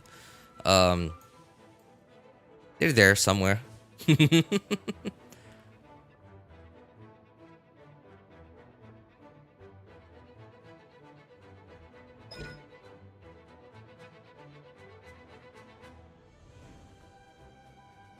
Just keep looking at Father's Drip. so that you won't get tempted to pull for Chiori. Um, I I'm if you know that the cat suit thing that we saw Arlecchino wear when she attacked Farina. I think like if that's available ever, I think that might actually get me to reconsider Arlecchino.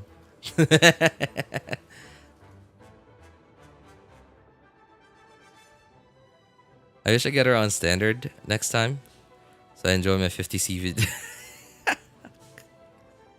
Wait, what do you mean standard? She's not going the standard banner.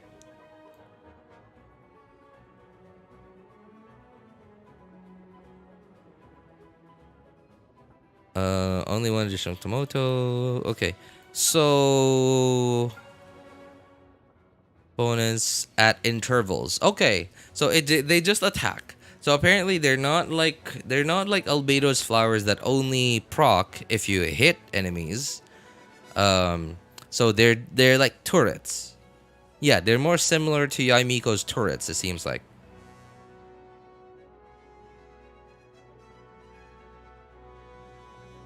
Now, from what I've heard, it's not considered to be a geo construct.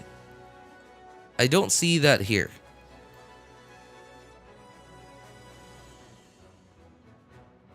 I thought she's the first 5-star geo to go standard. No. Like I mean, like, am I wrong? Like, did I miss that somewhere? I don't remember hearing that anywhere. Also, she's not. I don't think a character like this would go to standard. She's not great, but she's also not bad.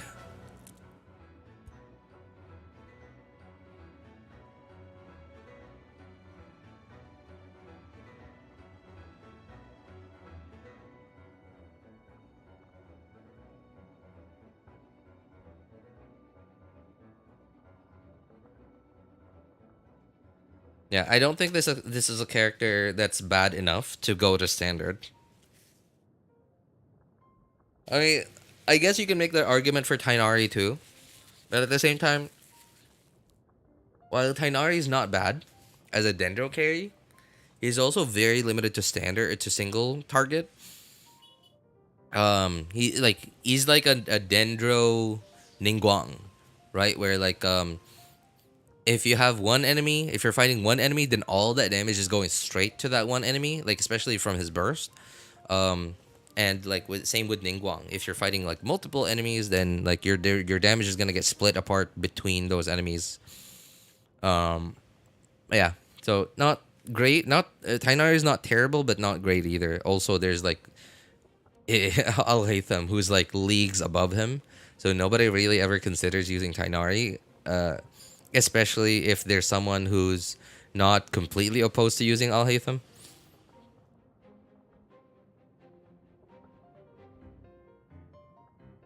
Might. Oh, really? Huh. Alright. I mean, that's from 2 people. I guess there are rumors that Chiori might go to standard. I mean, I guess it's about time that we get a standard 5-star character. I don't know. I feel like she's too good to be a standard 5-star. Very disappointed in her. Yeah, I mean, like, unless if you're invested in Geo teams, I don't think you're really pulling for Chiori.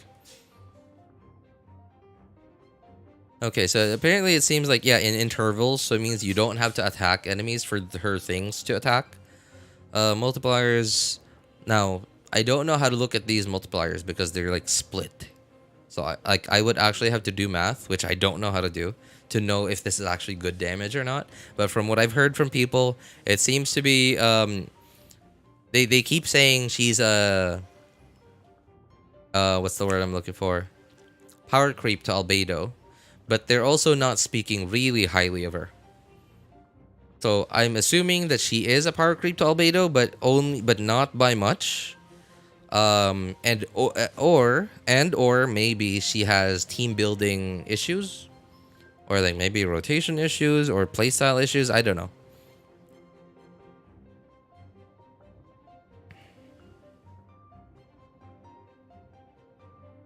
Her burst looks good, but her big damage is on her skill. I see. I see. All right. Oh, okay. So from what, yeah. All right. So burst is just a big hit of damage. Yeah. So her the biggest number she can produce apparently seems to be her burst, but the highest DPS I'm assuming is from this thing. Yeah, Tomoto. 50 energy cost. That's odd.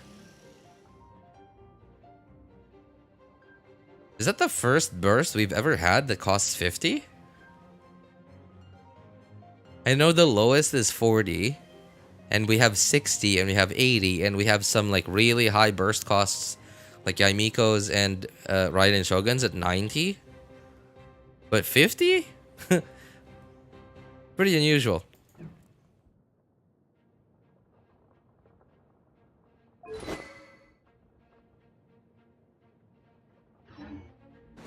Alright.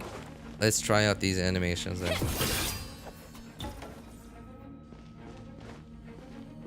Do they move? Do they follow us? How about if we get so far away? No. Okay. So I think I pushed it for a second there. Alright, so the duration is literally 1 second longer than the cooldown. So you can have permanent uptime on it, but if you forget to resummon it, then like you're just not gonna have it on the field. Okay.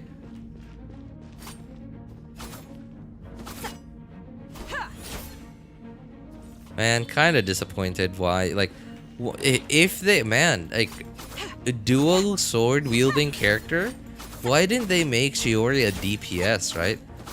This could have looked so cool. Like, it looks cool right now. Like, look at this. Like, do you not want to use this on the field?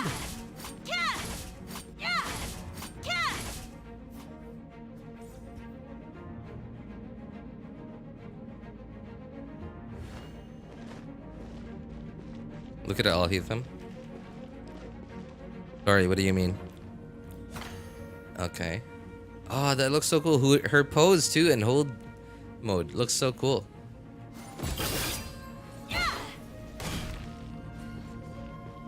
So what was the swapping thing? I didn't. How do I do that? Oh, also I didn't look at the passives. Hang on. Switches to the next character in your roster grants all bond. Wait, how do I do this? Different effects depending on next action you take within a short duration after using footing upward sweep. If you press the elemental skill, you will trigger the traversary effect. If you press your normal attack, tailoring effect will be triggered instead. What? EE. Oh, okay. Okay. Tapestry switches next character next in your roster. Okay. Wow, is this the first? I think this is the first character we've had that has an ability where the arrangement of your team actually matters. Yeah, you like not your whole team, but you have to at least like put the character you want to switch to after her, right? I think that's the first ability we've ever had that, like first passive / skill like that. Your active party members, normal attacks. Hit any nearby opponents. Tomorrow, execute a coordinated attack, dealing 100% fluttering upward sweep damage. Okay, as AoE damage at the opponent's location. So considered elemental skill damage. Okay, seize the moment. What is this? Season lasts 8 seconds. 1 Tomotos. An attack can be unleashed every 2 seconds. Coordinated attacks can occur per seize the moment effect duration.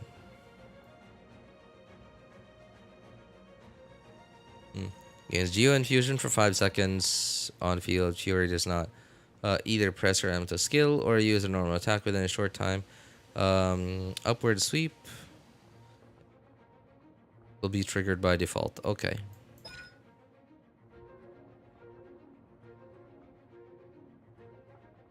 Your passive should have the price of skins in the shop.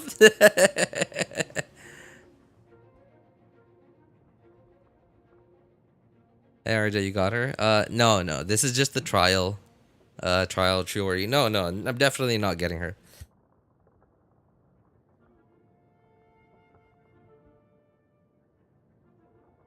Because if I get her, like, she would essentially be just a paperweight on my account. Unless if I invest into Geo teams, which I'm not.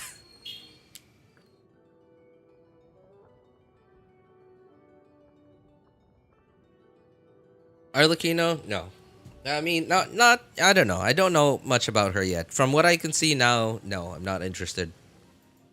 I don't really know much about her. People are saying some really good things about her, but I'm still not sold until I actually see it myself. All right. Your player member creates a Geo construct. Chiori will gain 20% Geo damage bonus for 20 seconds. What is this passive? Oh, okay. Geo damage, sure. At least it'll help out. 20 seconds, huh? And I'm assuming that has no cooldown because it doesn't say anything. Okay, yeah, movement speed if they're okay, sure. All right. Constellations. Let's take a look at that constellation. Automaton doll summoned by fluttering Hasod, which is her skill. Okay. Automaton summoned by his skill is the AoE.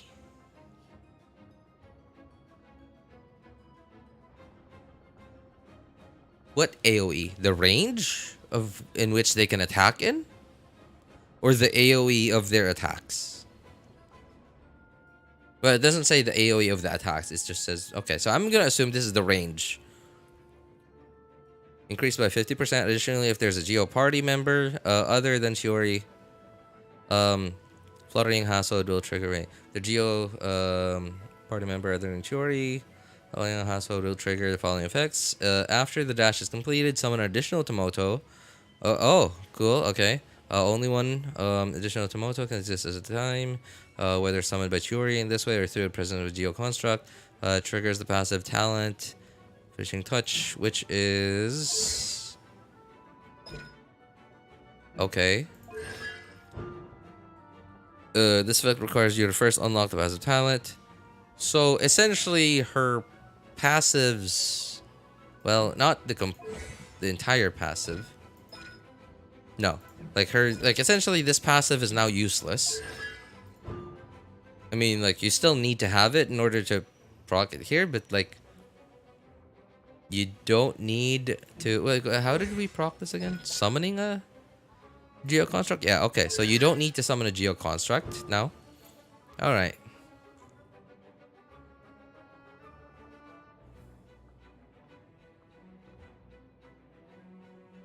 Her full potential is locked on C1 to be used on other teams. Ah, I see. Can't be used with Navia, also kind of sucks. I mean, technically you can use her with Navia, but C1. You need her C1 to use her with Navia. So it's not a damage increase, it's just a playstyle improvement. No, it's not a playstyle improvement. It's more like it unlocks more team possibilities. Yeah. It's like, yeah, it unlocks like other team possibilities for you. Like now you can pair her with Noelle and like other elements, right? Because obviously Noelle's a Geo character, but then no Geo constructs, right? Without C1, you need like a Goro or an Albedo or a Zhongli or an Itto, right? Because like they all have Geo constructs, but like you can't pair her with anyone else that doesn't have a Geo construct. Like if you want to pair her with two non-Geo elements and one Geo element that has no constructs, you need C1. It's, yeah, you're right. Restriction removed. It sounds like they're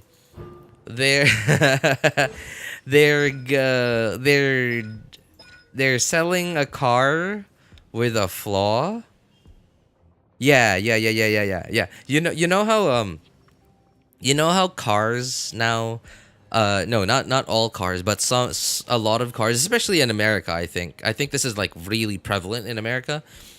Cars are being sold with all the features, the hardware features already installed.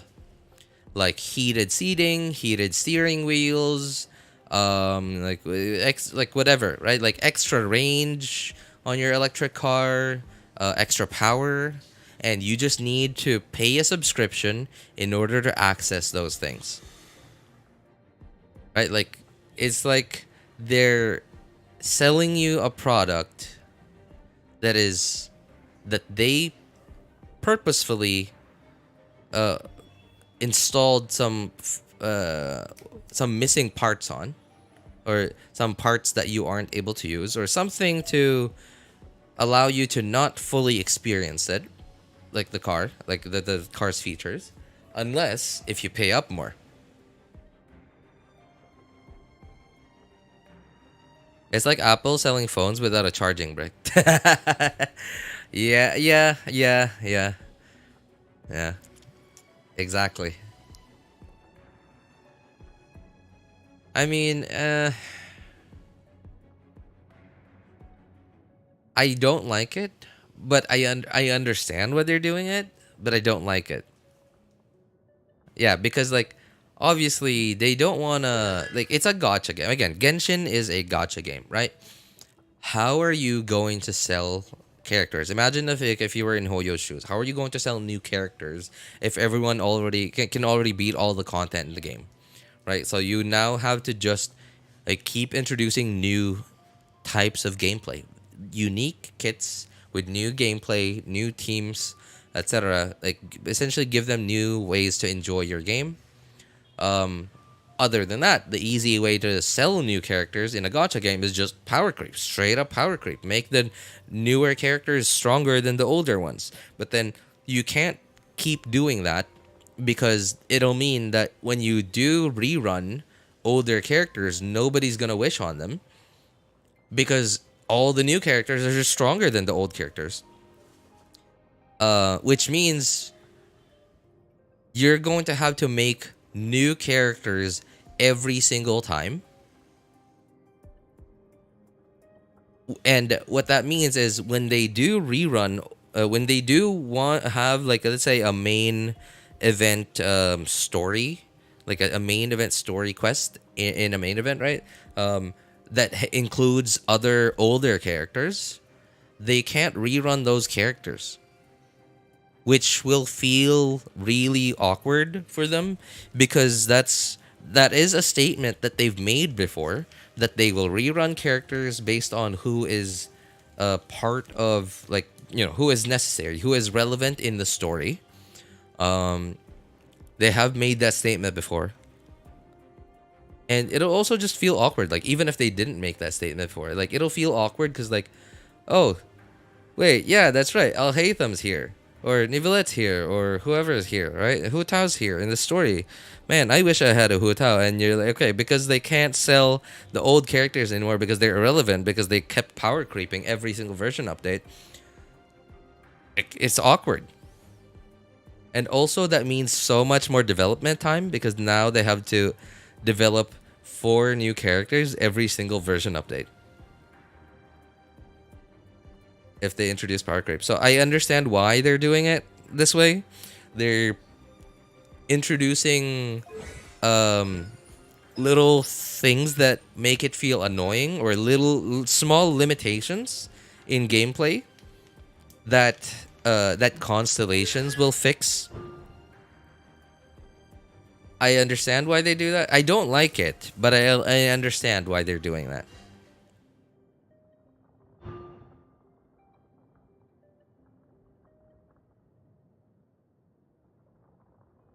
Probably being lucky to get two Chiori in one tempo.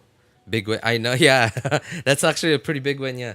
Although, at least it's on C1. At least it's on C1 and not C2. Because that would have been a... That would have been a really douche move if it was on C2.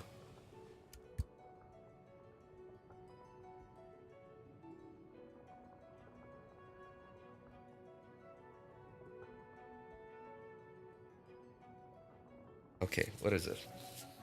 Hyoku Twin Blades, I'm assuming is the burst. Yeah, okay. After using the burst, a simplified automaton. What? A simplified automaton will be summoned next to your character, active character, every 3 seconds. Kinu will attack. Kinu. Oh, okay. Kinu Attack nearby opponents, dealing AoE damage equivalent to 170. 170%. Is this on top of Kino will leave the field after one attack or lasting 3 seconds? Okay, it's just one hit. I thought it was gonna be wait, every 3 seconds? It says every 3 seconds. Oh, Kino will leave the field after one attack or after lasting 3 seconds. I don't get it. So it says every 3 seconds. Leave the field after 3 seconds. I don't get it. Hello, Ice Bear. Hi, how you doing?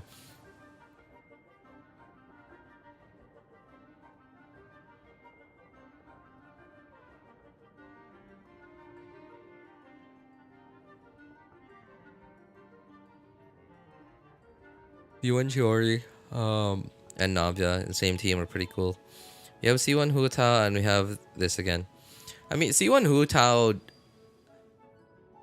didn't feel like too much of a hindrance because it wasn't artificial, right? Like her limitations with stamina were not artificial because like it's just normal that a charged attack consumes stamina, whereas this, they actually have to think of a way that is a part of only her kit, right? Where she will only have this if this condition is fulfilled.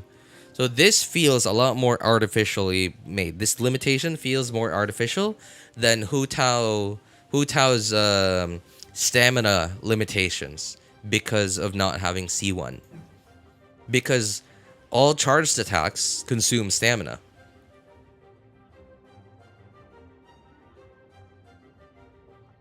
So I can sort of like, nobody really said anything about that back then because again it was back then and it wasn't every character coming out that had like an artificial limitation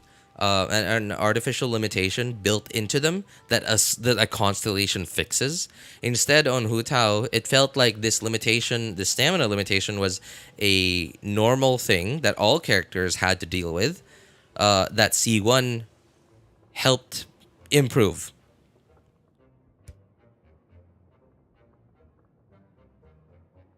Summon 3 puppets, puppet 3 times in 10 seconds. How did you... I'm assuming that's, you know, the 10... Oh, for 10 seconds. I'm an idiot. Okay. I'm an idiot. There's a 10-second thing up there. Hu Tao has stamina problems? If you dash cancel. If you animation cancel on Hu Tao. Yeah, because, again, dashing takes up more stamina, and charged attacks already take up stamina. So you very quickly run out of stamina. Realize they've been doing this from the start. Putting the QL on character constellations. Just look at Lisa constellations. Okay, I guess. Remind me to look at them later, Shinrin, once we're done with the trial. Okay, essentially this is a damage constellation. I guess it's not too bad. It's not a lot, I think, but it's okay. But man, C1 feels like it is... It feels like you get a C0 Chiori, you get one copy of Chiori, and it feels like someone sold you a really beautiful box that is locked. It feels like that. And now, oh, imagine this, right? Imagine this, you're at a thrift store. You buy a beautiful looking box and you're like, "Hey, how much is this box?" $20. And then, all right, pulls out $20. Hey, it's locked. Oh, the key is another $10. It feels like that. It really does kind of feel like that.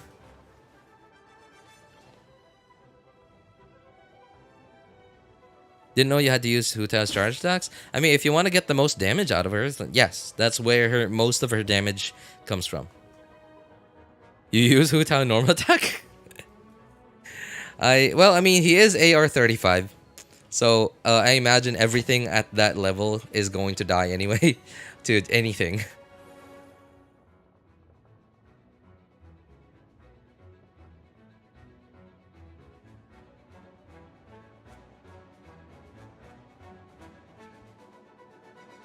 Yeah, honestly, I mean, like it's not too bad. Like the box you're buying is like really beautiful.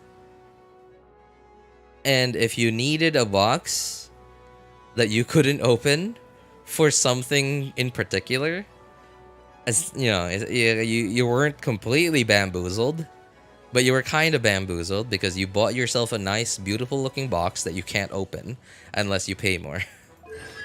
So, yeah, I don't know. I don't know. So, again, I understand why they're doing stuff like this. And I appreciate that they're working very hard to try to avoid power creep. I appreciate that because it means that I won't have to try and keep up with new characters. I'm not forced to try and keep up with new characters, and I really do appreciate that. But I'm just, you know, this isn't, it's not great. What is this? Skill, okay, skill levels. Alright, C4 is 8 seconds after triggering follow-up.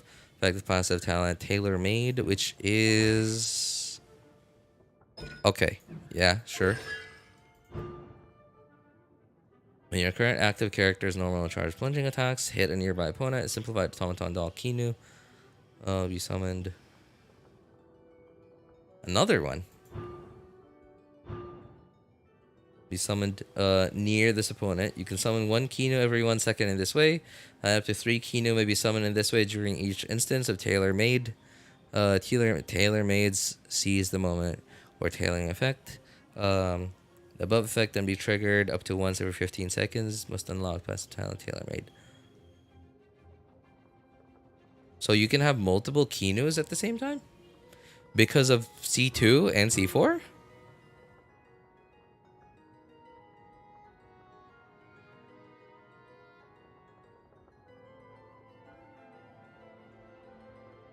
Neuvillette would like to have a word about Hydro being good at power creep. Well, I mean, if you think about it, like, Hydro technically hasn't power crept anything.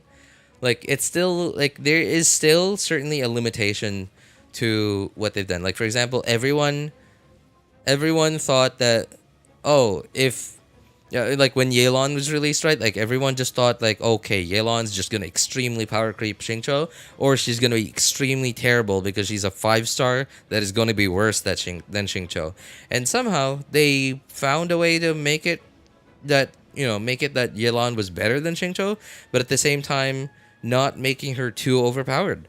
Like because she doesn't apply as much Hydro as Xingqiu, there are limitations to what you can do with Yelan. The fact that she does more damage than Xingqiu is good, right? That's the point where you say, okay, she's an improvement over Xingqiu. But the fact that you don't get damage resistance, and resistance to interruption with her, feels like it makes you feel like, okay, she's not too OP. She has her limitations. Neuvillette is just a straight up on field DPS, can't even be compared to Xingqiu and Yelan, because Xingqiu and Yelan are support characters, they're off-field characters. Of course, they're not designed to do as much damage as your on-field character. But I gotta say, Neuvillette's multipliers are a little questionable. They don't seem to belong to this game. Then we decided to just use both Xingqiu and Yelan. I know. So, Xingqiu and Yelan are a power creep of Xingqiu. So, yes. Technically, Yelan is a power creep, but not Yelan alone. It was Yelan and Xingqiu together. C6 Yelan is strong, though. Yeah, it's like C6. You know, technically, yes, C6 Yelan is stronger than a lot of other C6 5-stars. But... like, you know, I don't think there's any 5-star out there who's not strong at C6. I mean, like, I don't know, Chi-Chi maybe? Sure. I don't know. Can you, like, how is Dia C6? Saving for that? Oh my god, C6 Yelan. I mean, you know, like, I can't blame you. I did the same exact thing for Ganyu. Yeah, I saved up for C6 Ganyu, and at some point, I got C6 Ganyu.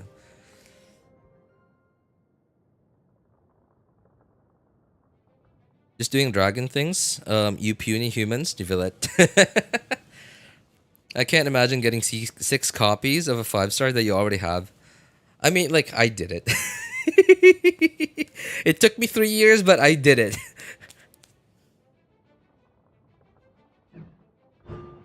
Alright, burst levels. Okay, after triggering follow effect, okay, the passive. Alright, essentially these two are gonna proc at the same time. Yeah. Alright, the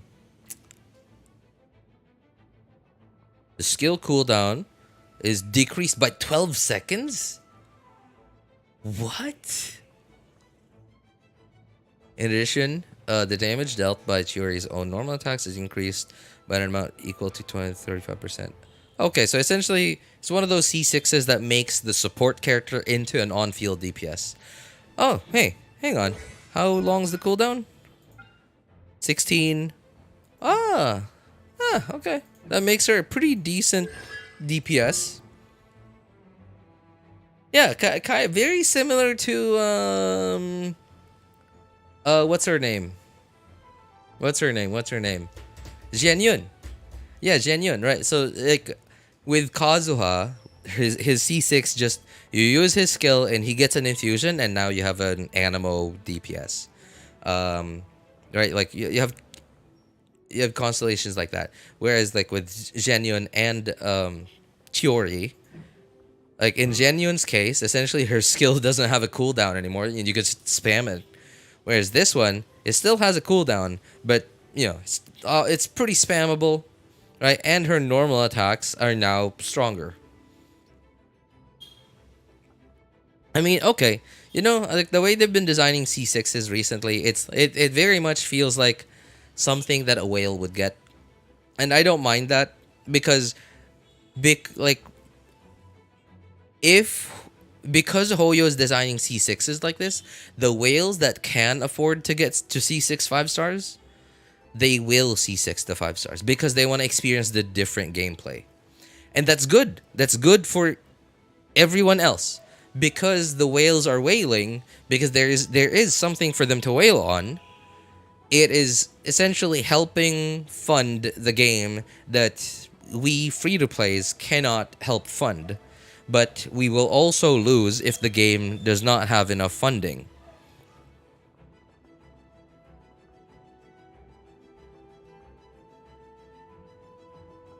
When Chiori and Itto ends, and it will also end. I wanted to say, what's gonna happen to the Mondstadt banner when it expires? I mean, I imagine, like, they didn't really say anything about it. Like, they were kind of vague about it, and I understand they don't want to make any concrete statements about what they want to do because they're probably not sure what they want to do, too. They don't want to do something too amazing because if they do something really amazing with a third banner, with the Chronicle banner this time, and next time they don't do it again, people are going to throw a fit. But if they, so if they remain vague and, like, they disappoint us this time, at least, like, they can only go up. Right, like there's no like once you give someone the minimum, they're not gonna expect anything next time, and that means you can't disappoint them next time. It's a billion-dollar company. Just got C4. Oh, C4 Kaching. No, wait, to who? Who are you pulling for? Itto? Got Chi-Chi. Oh no.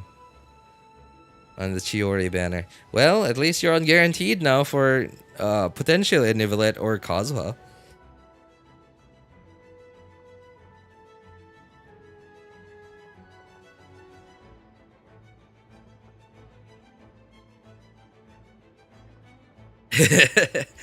Anniversary words still suck. Yep.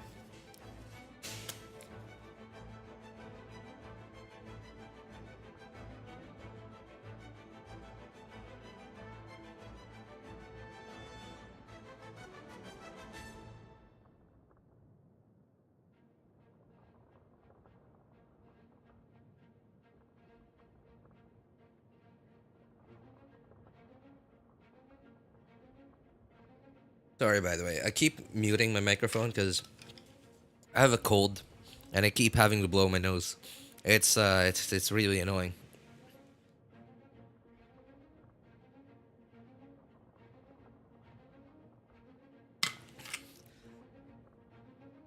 And my cold is at the stage where the mucus drips down into my throat, that it also gives me a cough. It's not like a cough where the infection's in my throat. It's like the infection is still like in my body, where it's just causing a cold, but it makes my throat real itchy.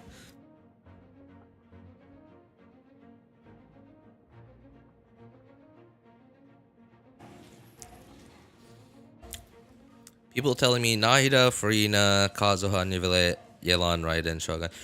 Yeah. That's a pretty good checklist of characters to have, man. Yeah. Yeah. Very good checklist of characters to have.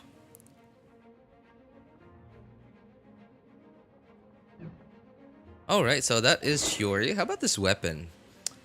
Low base attack, high crit damage, normal attacks.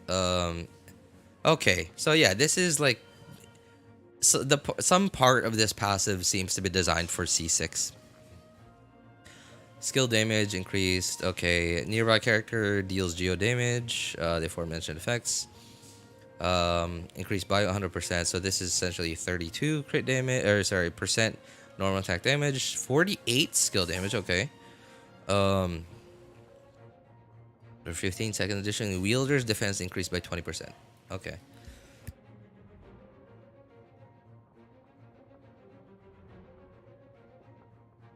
So basically, at least a second Geo character is necessary.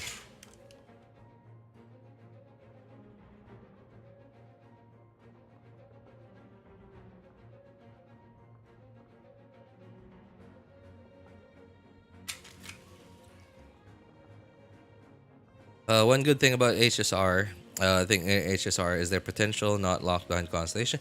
Well, I mean, tell that to earlier Genshin. Yeah, tell that to early day Genshin, man.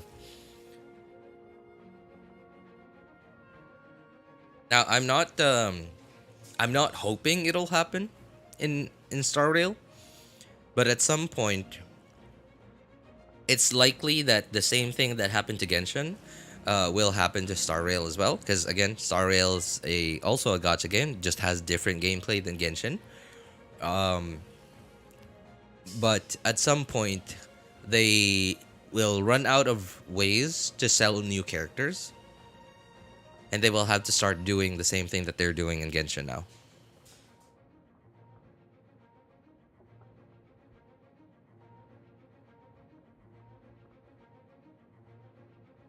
And I hope it doesn't happen. I hope they can figure out something else. And I certainly hope they can figure out something else in Genshin as well. But unless they figure something out, it's gonna highly likely happen.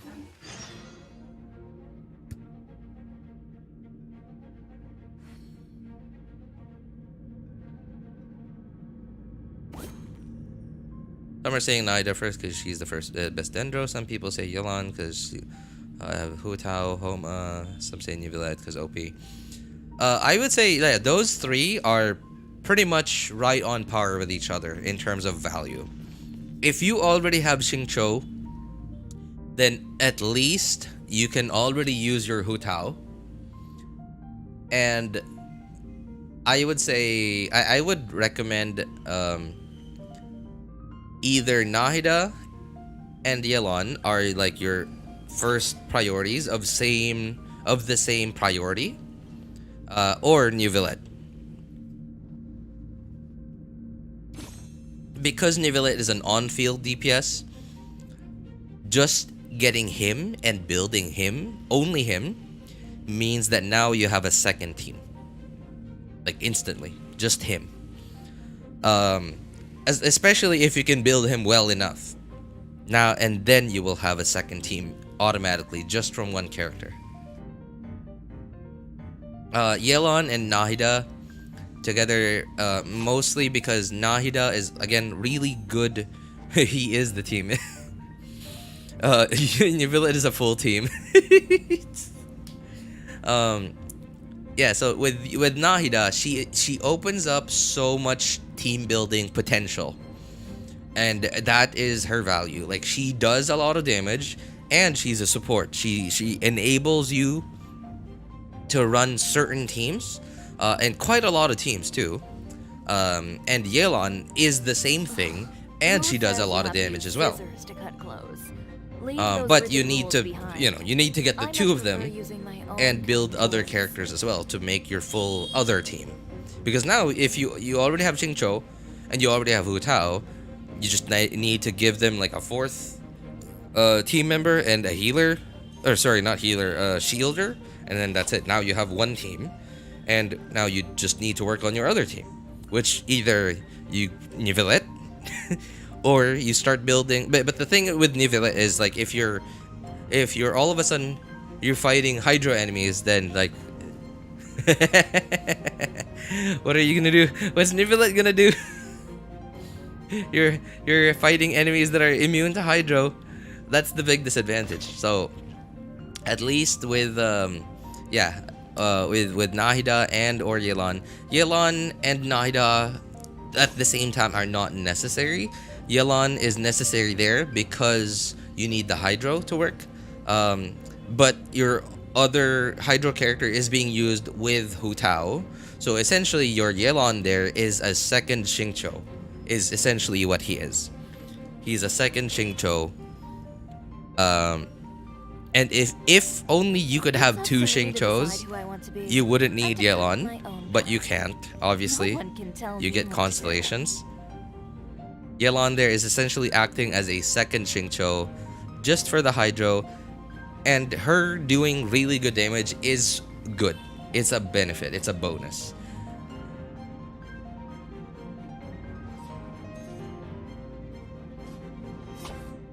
Xingqiu, another team with Sucro, Shangling, and Bennett. That's another one too. Yeah, you could use that too. Yeah, you could use that too. In that case, yeah, you can use Xingqiu, Bennett, Sucrose, and Shangling on one of your teams. You can use Yelan with Hu Tao and your shielder and whoever the fourth character is. The thing is, like, Yelan alone isn't perfect for Hu Tao. She works really well with her, but she's not perfect because technical reasons. She doesn't apply as much Hydro as Xingqiu, and there are some situations that it's kind of likely, it's not very likely, but it's kind of likely that you won't be able to, that enemies will have Pyro on them instead of Hydro, because Yelan doesn't apply enough Hydro. At least, not as much as Xingqiu can. So there's that potential. But there are ways around that. Neuvillette sucking fingers when enemies are Hydro. with a small Hydro slime. Alright, let's try it out. Let's try the hold mode. That's pretty decent damage, I guess. Okay, so it seems like it doesn't need me to attack. Alright, let's try and get them away from them. Oh, that's pretty far range. Okay.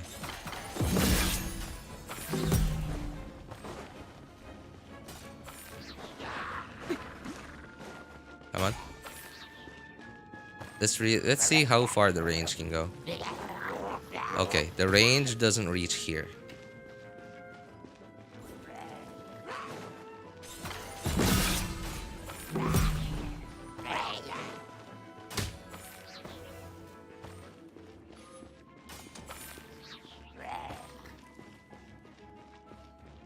That is not a big range. Okay, so it seems to be about this far.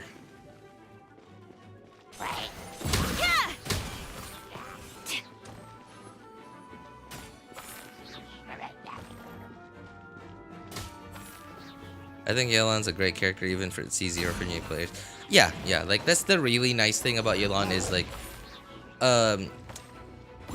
her constellations and investing more into her is mostly just giving her more damage, but like her functionality is still there, like the function that she does in your team. Even at C0, even at zero investment. Oh, that's pretty cool. I'm trying out the whole like insta swap thing.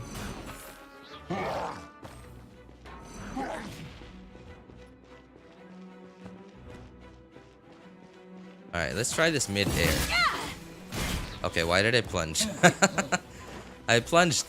I'm so used to Alhaitham and Kaching.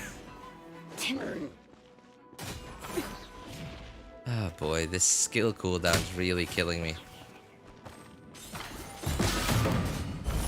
Okay. Give up. Okay, okay. I am the cutting edge of fashion.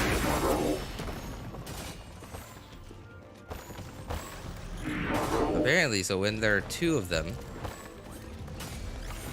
it makes an X instead of doing two slashes. That's pretty interesting.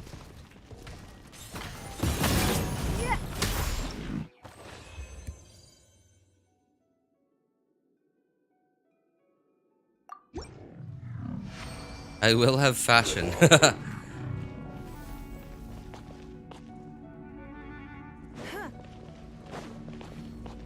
And the thing is too, like with Yelan, like, is if you build her well enough, she will actually do enough damage that she can, even though she's an off-field character, she can be your damage dealer in the team. So, yeah, if you can build her well enough, then... Don't waste my time. Oh, you can do something like that. Okay, that's interesting. So you don't even need to put your Geo construct on, like, if it's someone like Ningguang, for example, or... Ah, okay, okay. I'm trying to, like, picture this out. If you have C1, for example, C1 Navia, or sorry, not C1 Navia, C1 Chiori, or you're running Chiori and Navia, and you have a third Geo character that does Geo constructs, like Ningguang, maybe, I don't know, sure, I guess. Very bursty, yeah. And your fourth character is a pitch character, right? Like an off-field pyro, off-field electro. I don't know, Lisa maybe, right? Like I think Lisa might be a pretty good. Like, hey, hang on, I think that could work. Yeah. So you burst on Navia, and then let me think. Who else was that? You burst on Navia, and then you go on Chiori. You do this. Give up. And then now, okay, so now you have two, and then you burst on this, and then you burst on your what's her name, Lisa, and then you E on your Navia, and then like you normal attack on your Navia, right? Like to get more crystallizes, and then you do your second E. That could work. Defense Red, Lisa Pog Crazy, right? Like, yeah, that's actually why, like, I thought of Lisa, because like you don't, like, it would be oh my.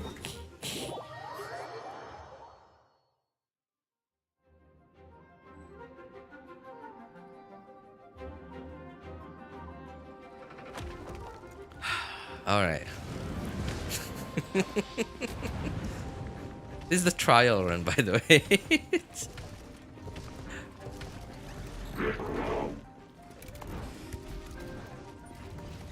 Yeah, I mean, like...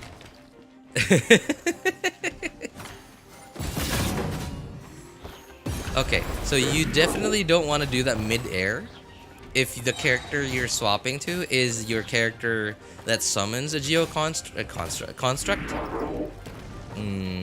Okay. Yeah, yeah. Oh, okay, I'm an idiot. I kept pressing 2 to swap. But no, that's wrong. Hang on. No, you're not supposed to do that. Hang on. Come on. Oh, God. Okay. It's nothing. Ah, see? So basically, all I needed to do was spam E. And then, like, and then my Ningguang will just instantly do her skill. That's not bad. Hey, yeah, so I was thinking of Lisa's Death Shred. And that's why I thought of Lisa, because like it would be nice if your pet character, your single pet character did good off-field damage, but if it's providing defense shred, a buff slash debuff that is rare in the game, then why not?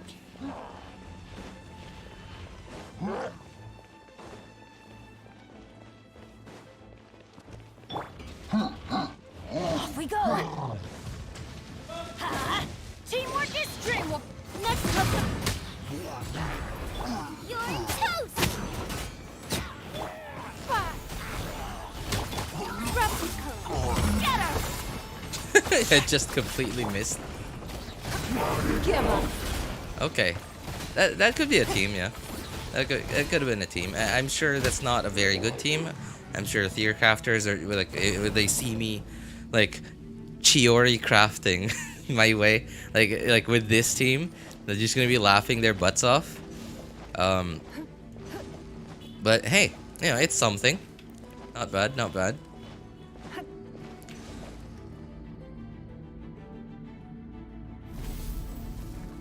Anyway, I guess that's enough Chiori crafting.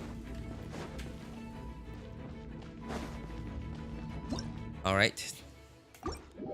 Time to do daily commissions then. I got work in an hour and a half from now.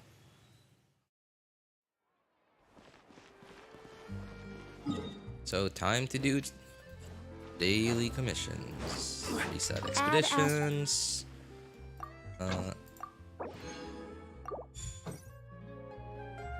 Oh, it's Thursday, so I gotta claim my teapot stuff.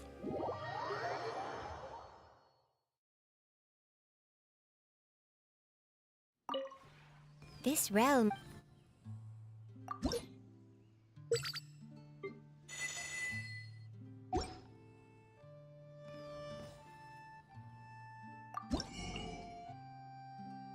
Oh man, this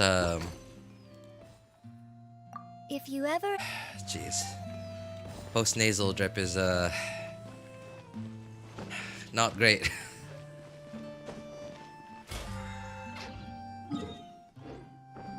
Oh wait, it's hang on.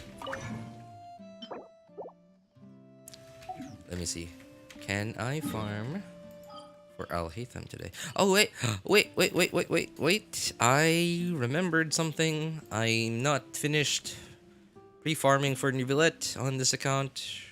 No, it wasn't this account. It was the other account. Apparently. Okay. Thursday. Okay, so no, it wasn't this account. Alright, so I believe Alhaitham's mats are on Friday, I guess? Yeah? Admonition? Was it admonition? Hang on. I'm an idiot. Osmanthus wine didn't tastes look. the same as I remember. But where are those who share No, the ingenuity. memory? Okay, so it was Friday. Alright. Alright, I guess I'll just use my condensed resin a bit later then. Just gonna condense resin, do dailies.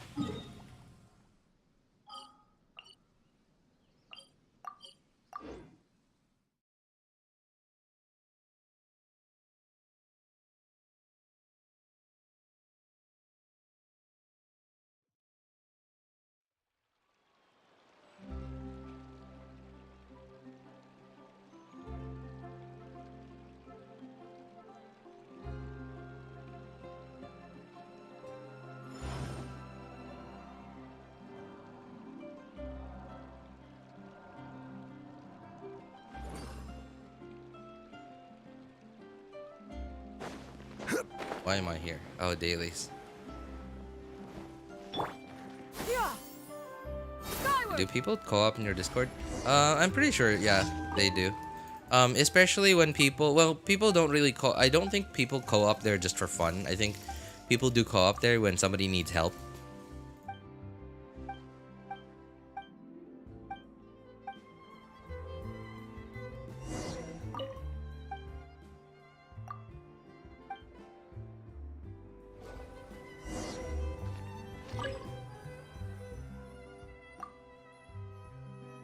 Coffee and water. All right.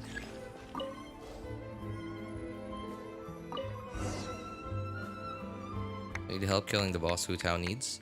Hu Tao. Which one is that again?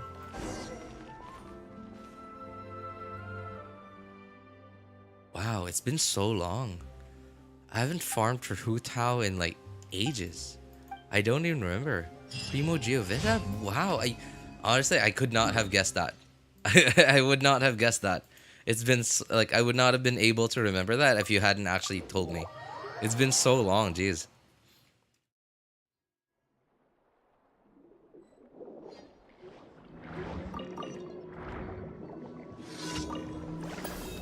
Okay, what team are you trying to use? Maybe I can give you some tips. Yeah, like while no one's there to help just yet. Maybe I can give you some tips like to help out. Like, are you having trouble with like some of its attack patterns? Yeah, are you having trouble with some of its attack patterns? Like you don't know how to dodge something, etc. So you have Hu Tao. You have Xingqiu. Maybe just go, Xingqiu, Hu Tao, Mona. No, I just hit like a wet noodle. Okay, I understand. You like against the Geo Bishop, you certainly need a healer. Or sorry, shielder. Why do I keep saying healer? You need a shielder. Yeah, you definitely need a shielder, man. Especially once it does its like thing, like its like special attack. If you're on the America server, I could help out now while I'm doing daily commissions.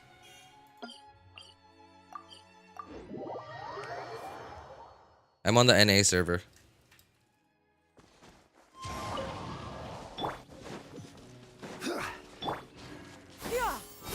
No, I killed it.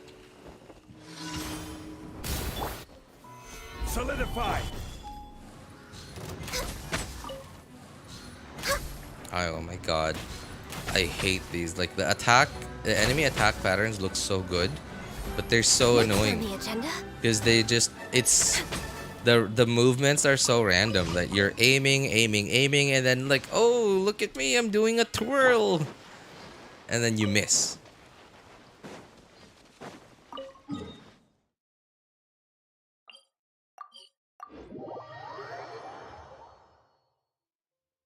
Asia? Oh no, I'm sorry, man. Well, I guess I don't know. I could, but I would have to re-log in.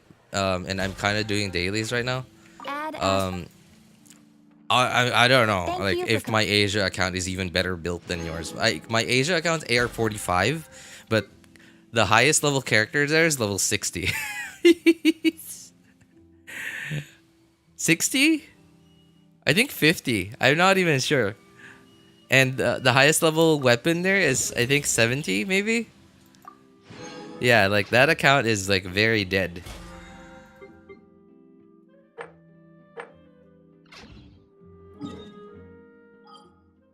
Anything I'm forgetting? No. Alright. Alright, we're good. Okay, just gonna do dailies on my other accounts now. And reset expeditions over there, too. And... to not forget to claim my teapot coins.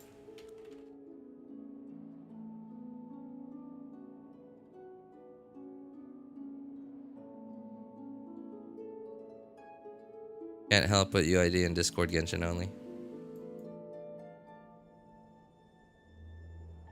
On Discord later, ask anyone. It's free. I mean, Chokoshu, is free right now. Literally. I think Chokoshu is actually pretty active there.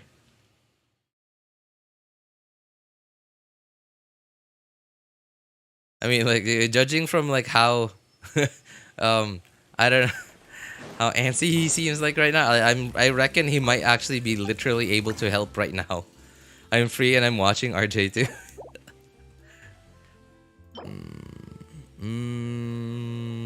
Okay, yeah. Alright, I definitely need to farm,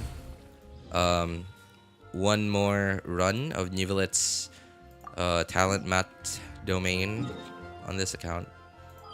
But first,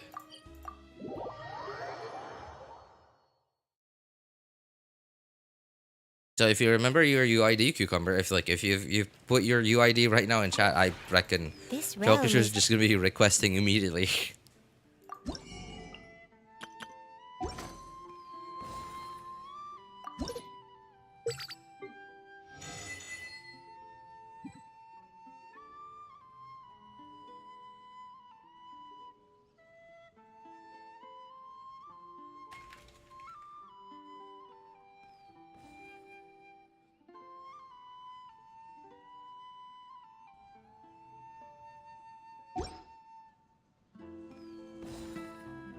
if you ever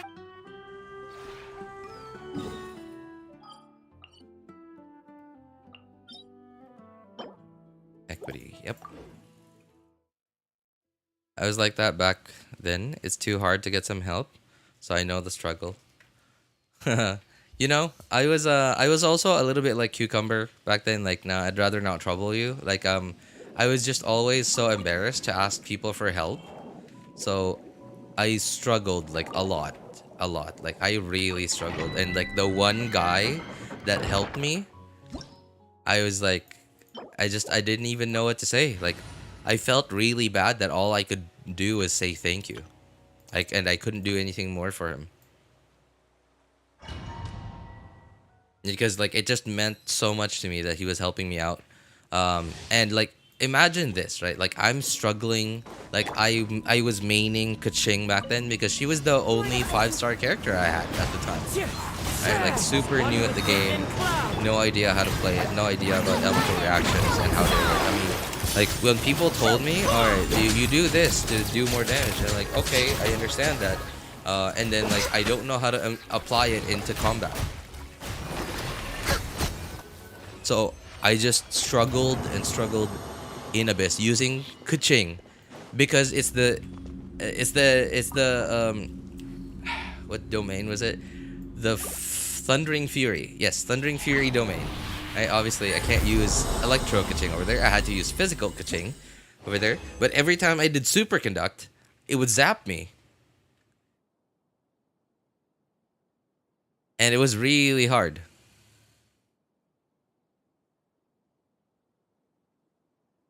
And the thing was, because my characters weren't very well built, they also weren't doing a lot of damage.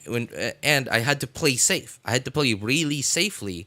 And I used up so much time. I took so much time that I would end up taking up the whole domain time limit duration.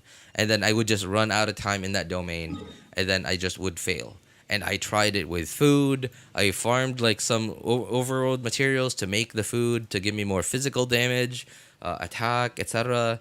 And it just still couldn't do it. And it was, I tried quite a few times, and it was a struggle, man. Yeah, not gonna lie. My Hu Tao dying because she's eating her own health. Well, that's the thing with Hu Tao. That's what she does, yes. That's what Hu Tao does, yeah. Sounds like Hu Tao to me. Yeah, and that's why you need a shielder for Hu Tao. Especially against the Primo Geovishap, because the Primo Geovishap has an attack where you can't dodge it. You need a shielder for it. And if you have a shielder, you will actually do a lot of damage to it if you had a shielder. Instead of getting damaged yourself. And the shield doesn't even need to be super strong. Just needs to be a shield. And Hu Tao's burst also heals you. And Xingqiu's rain swords heal you. So yes. And you know, I understand. You probably don't even have enough energy recharge on your Xingqiu just yet to use his burst every rotation. And that is a struggle. And that is the reason why if you have, okay, so you have Mona, which means you do have another character generating Hydra energy for you. So okay, here's a recommendation. You could use Diona. Yeah, that's a shield. Yeah, that's a shield. Wait, wasn't there was something to it too? Like, wasn't there a requirement in elemental shields or something? I don't remember. I feel like there is something like that. There is a requirement with elements and shields.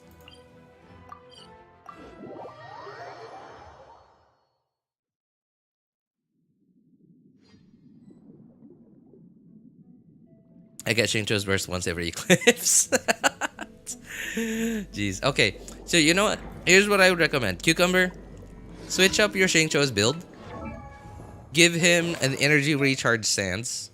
Like something like this. Right? Give him an energy recharge main stat stance.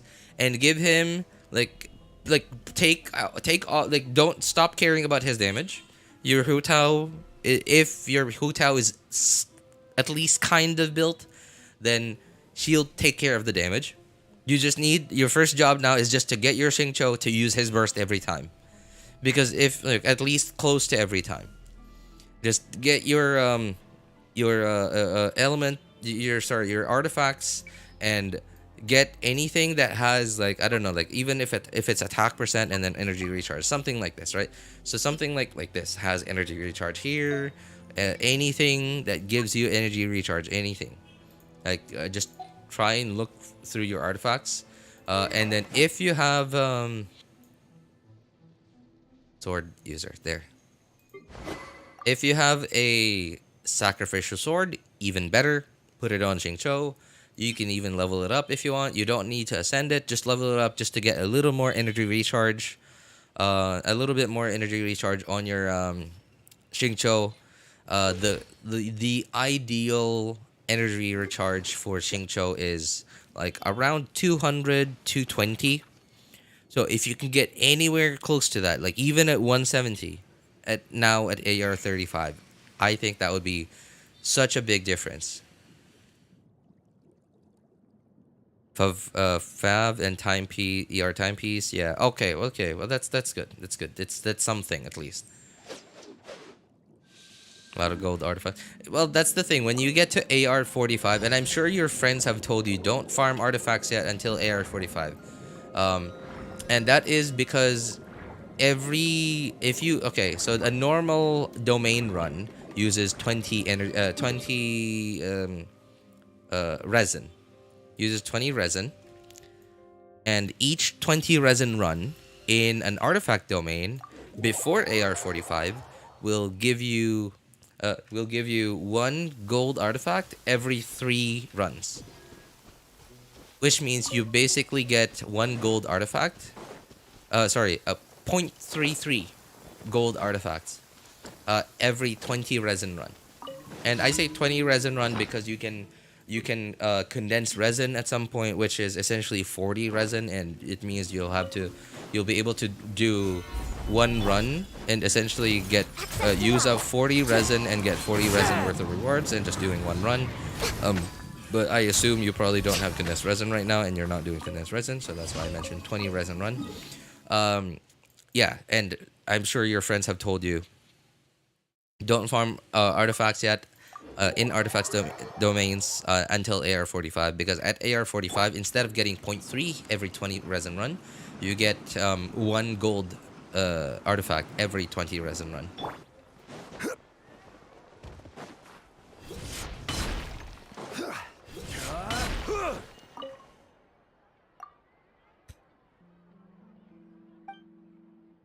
So yeah, it gets easier at some point.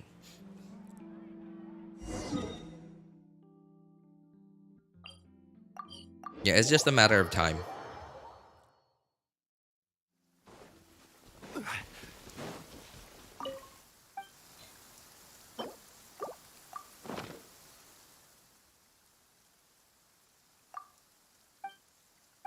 Yeah, it takes time because so resin is a pretty big metric. Resin spent in Genshin is a pretty big metric when it comes to determining how strong an account will be. It's not like you can't quantify like exactly how much resin someone has spent and tell exactly how strong their account is going to be. But the more resin you've spent, the stronger your account will be. That's sort of a thing in Genshin. And it's not going to be the same every time because of the nature of the RNG, randomly generated numbers, when it comes to artifacts, artifact stats.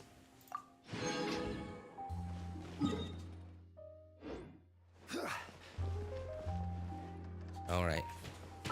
Okay, time to get on other accounts.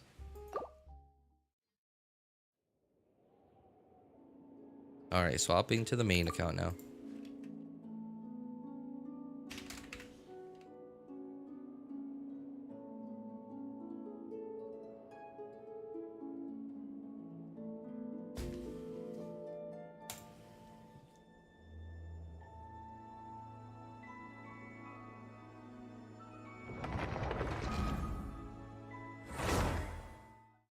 When you get there, you probably have white hairs and pulling crate rate substats unless you're the luckiest player.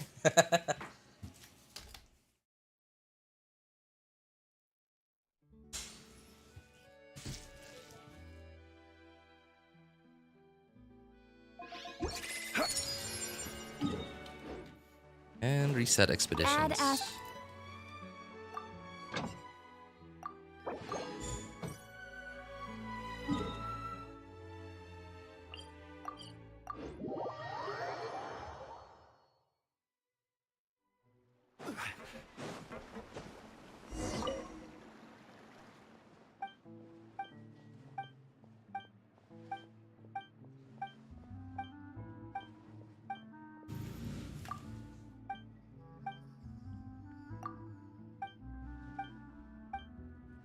No, I still don't get it. I feel like I've barely gotten any good pieces from the Golden Troop domain.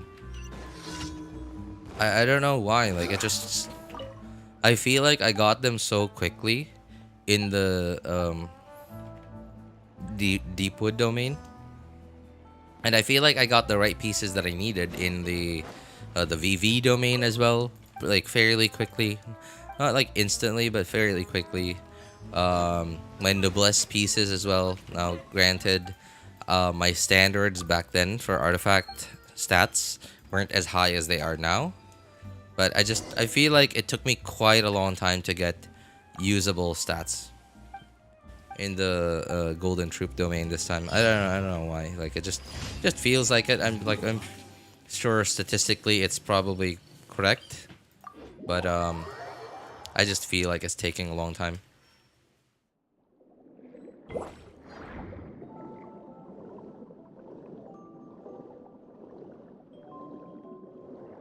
I'm tempted to pull on the weapon banner just because I have almost no weapons. Yeah, I know that feeling, man. Like, I would strongly recommend against it for now. Because right now, like, your account is, like, quite lacking on characters that, No touching. Access denied. and when I say lacking on characters, I mean because Genshin's elemental system is, like, if you know how to fully take advantage of it, you won't have to like go crazy building characters. You just have to know how to build them right. You just need to have the right stats. You don't need a lot of those stats. You just need to have the right stats. And like if you know how to use the elemental system to your advantage, then yes, again, you don't need incredible stats just to get close to end games to end game stuff. Like you just need the right stats.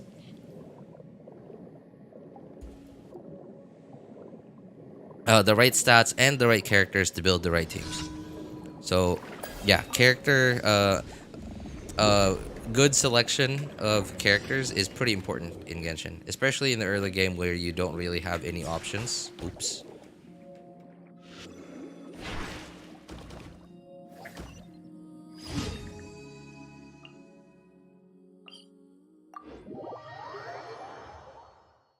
Yeah.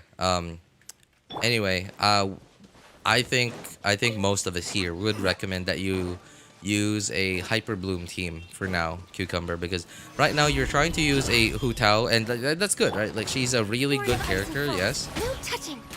She's a really strong character, but she's a crit scaler. Her damage scales off of how good your crit ratios are, and how good your stats are. Right, like and if you have a lot of HP, if you have a lot of attack, great, but you still need a lot of crit rate and crit damage to make that scale well, which is basically impossible in the early stages of the game. Whereas, On the agenda? you know, I think, like I said, I think everyone here would recommend that you use a Hyper Bloom team for now. Is because with Hyper Bloom teams, you really only need Elemental Mastery and character level. Now, granted, you still do need specific characters to make the team. You will need at least a Dendro MC and or a Kali, which everyone has. You already have Xingqiu, so that's good. And you need a Xingqiu that can use his burst as often as possible. All the time, if possible. But as long as it's close to almost all the time, then yeah, that's good enough. And at least a Kuki Shinobu. At least the Kuki Shinobu, and then you would just build your Kuki Shinobu full EM. You would build your Kali and your Dendro Traveler just ER. Like, put all ER on them. You don't need to build any damage on them at all. Same with Xingqiu, and your Hyper Blooms will take care of all the damage. Add as. Thank you for.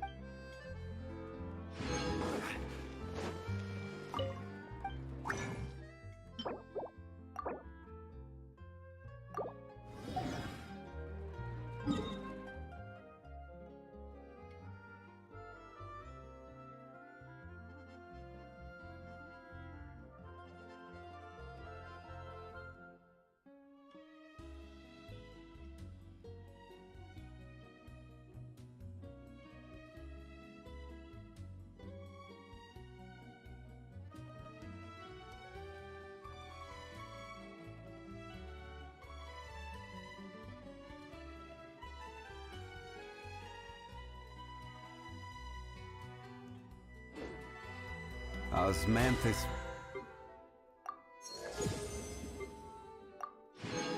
Why?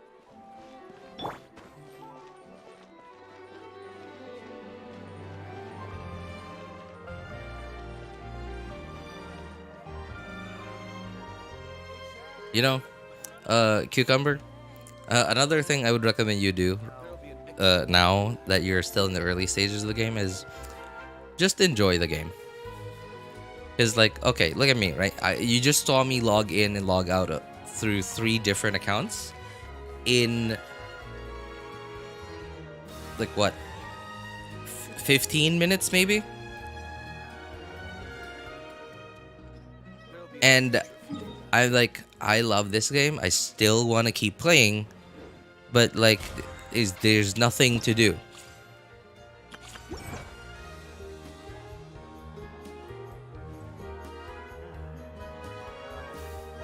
Like there's nothing to do. Like I would recommend just enjoy it right now. Can't enjoy when I'm getting clapped by Abyss Rangers. Yeah, but once you do start to build out your teams and you start clapping back, There is still a lot it is left the to most do. satisfying thing ever. But then like here we are also like some of us like older players here, like people who have been playing this game for a lot longer, and we're here and we're like, okay, let's fight. Daily commission. Oh, dead. Oh, okay. All right, I'm done with my daily commissions. Oh, I'm done. No resin. Okay. No event yet. Okay. Well, all right. Well, okay. I guess I'm logging out. But I want to keep playing, but there's nothing to do. So yeah, like it's a different kind of suffering, I guess. Yeah, at least you are still like on your rise up. Trust me, man, you're gonna miss feeling weak in Genshin. Kinda, yeah, like kinda. And speaking of feeling weak, there was a time like last year, I think, or was it 2 years ago? I was so bored. I was so bored that I went into Abyss floor 1 with what did I do? Yeah, I started like with floor 1. I used all the characters that I haven't leveled up. Like all the level 1 characters, I took off any artifacts off of them. I put level 1 weapons on them, and I was like, because like I, obviously I knew how to play the game at that point already. So and I was like, wow, this is fun, and it kept going. I kept going until I got to floor 9. With like at some point I got to like floor 7, floor 8, etc. And then I started to need to put on some artifacts, and then I put on artifacts, but still level 1 weapons on level 1 characters. And I was like, man, this is so much fun. And at some point I started to feel like, wow, these characters are glass cannons. Because my characters were still level 1 with like 6k HP. I could still kill the enemies in time, but then like I would just get one shot because like I had like very low HP. So it was kind of fun. It was really fun. Feeling weak. You're gonna miss that feeling at some point. You can't join a world in a higher world level than yours, right? No, because like it would be very easy to take advantage of that. Like newer players would just join higher world levels and get more rewards from the bosses. So yes, one day Hoyo is gonna flop if they keep this up. It's sad, honestly. Ah man, like so far it's still working, right? Like they're basically putting the bare minimum to put content into Genshin. Of course, they're working hard for the story to progress the story, but they're pacing it because they don't want to run out of story quickly, right? Like they're pacing it. They don't want to run out of story quickly, too quickly.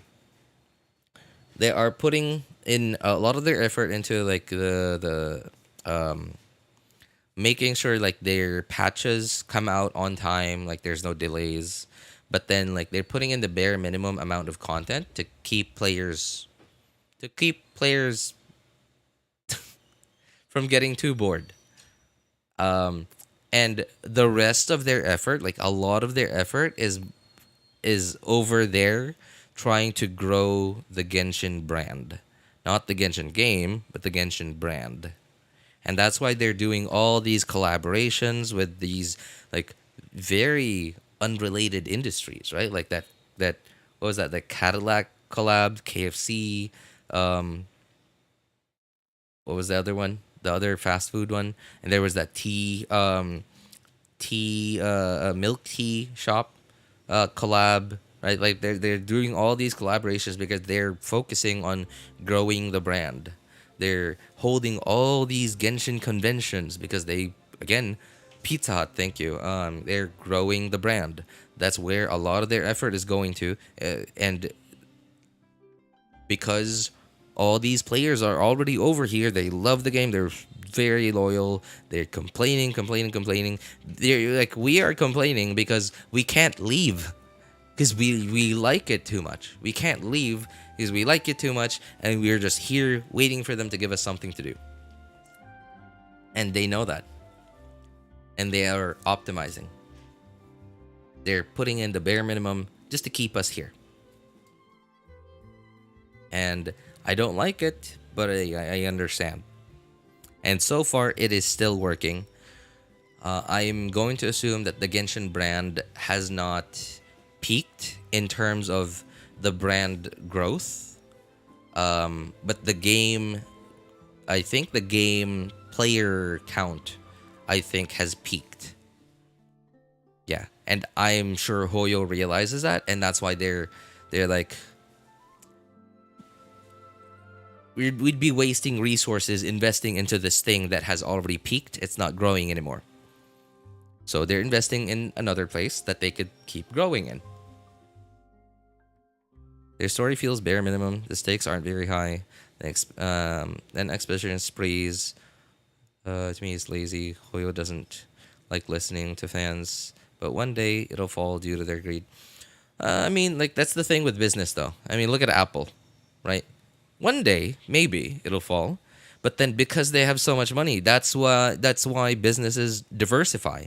That's why they got all this cash from Genshin and they're investing into other games that other people might like, right? Like people that get tired of Genshin might consider, right? Like they might think, oh, this is actually fun. Like I like this more than Genshin.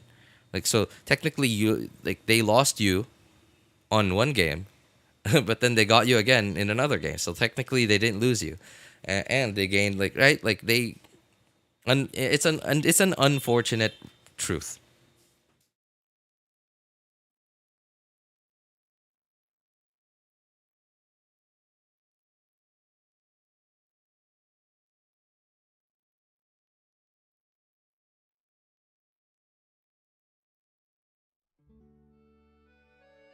Yeah, it's an unfortunate reality, and sometimes I like that I can at least try to understand like why these corporations do stuff like this, but at the same time I don't know, I just instead of feeling angry I just feel disappointed, so I don't know which one's worse.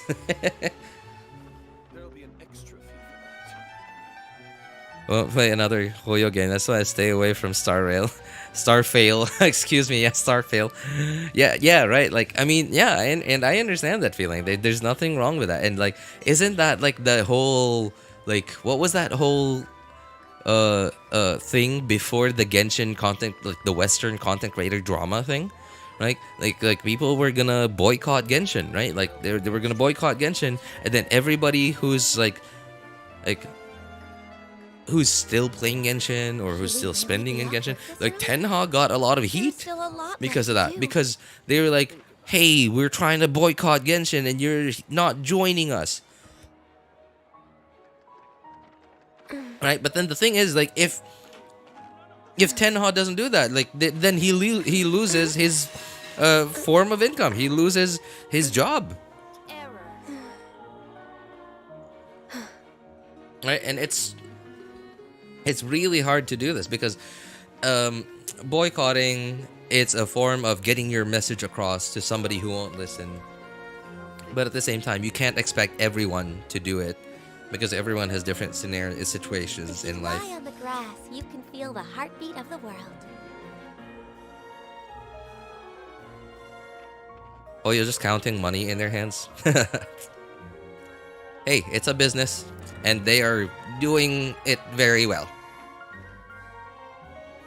They're doing the business side very well.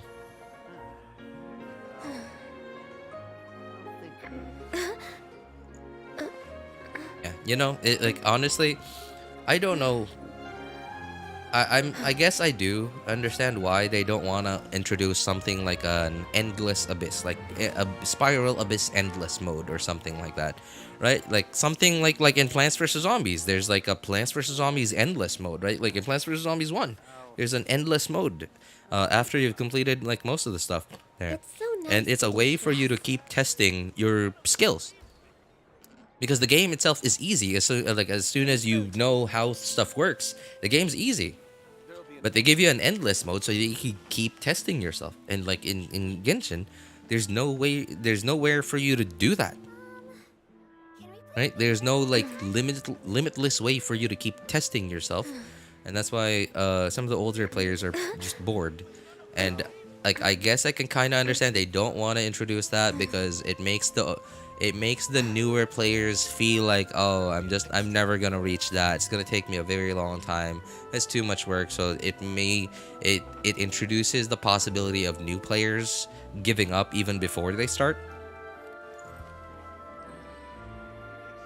But just I don't know. They're also taking advantage of their older players' loyalty. Like the fact that their older players are still here even after all this time, after all the stuff that they've done or not done, they're taking advantage of that. The fact that a lot of us are afraid to just leave because we've put in all this time and effort into building these accounts, getting all these characters, constellations, and weapons. And Hoyo knows that. They're counting on it. They're counting on it. They're relying on it, and they're taking advantage of it. I also understand that the older players are not as valuable as new players because older players are...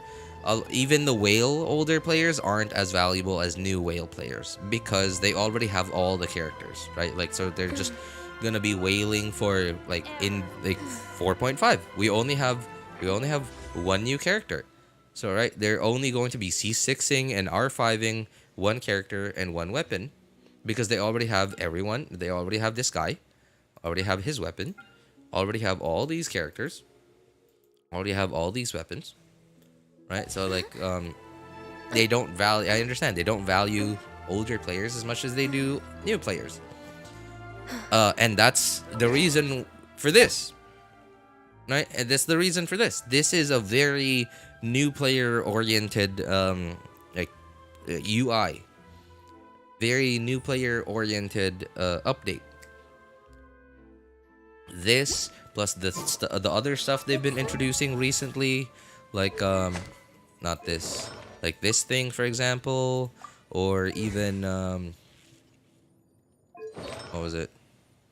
Yeah, right, like even this stuff, right? It's like helping out new players organize their stuff. Yeah, it is oh yeah, I guess there's talents. What was it? Yeah, this thing too, right? Very new player oriented because they want to retain those new players, as many new players as they can, because those new players are more likely to pull for characters because they don't have them yet. So I stopped wailing and spending on the game. Nothing personal on people's jobs, but it's sad. I remember when games had passion, but now it's made for money. Greed. Yeah, and it's not just about greed too, because it's like it's also related to the world economy. Stuff has just gotten harder now, like economically. And while it has allowed a lot of people that were like down here in the society pyramid, the like financial society pyramid, a lot like the way that the economy's turned out in the last like 20 to 30, 40, 50 years has allowed a lot of people down here in the very low part of the financial society pyramid to climb up a few notches. It's also because now those people have tasted a better life. They are now struggling really hard to not go back down there. And inflation just making it worse. And obviously, because those people have climbed up, now there's more people up there. So now all the people down there are having to hold up a lot more people up there. So the people at the upper part of the pyramid are now having things a lot easier. But the people down at the lower part of the pyramid are now they're finding things harder now than before. It's just an unfortunate reality.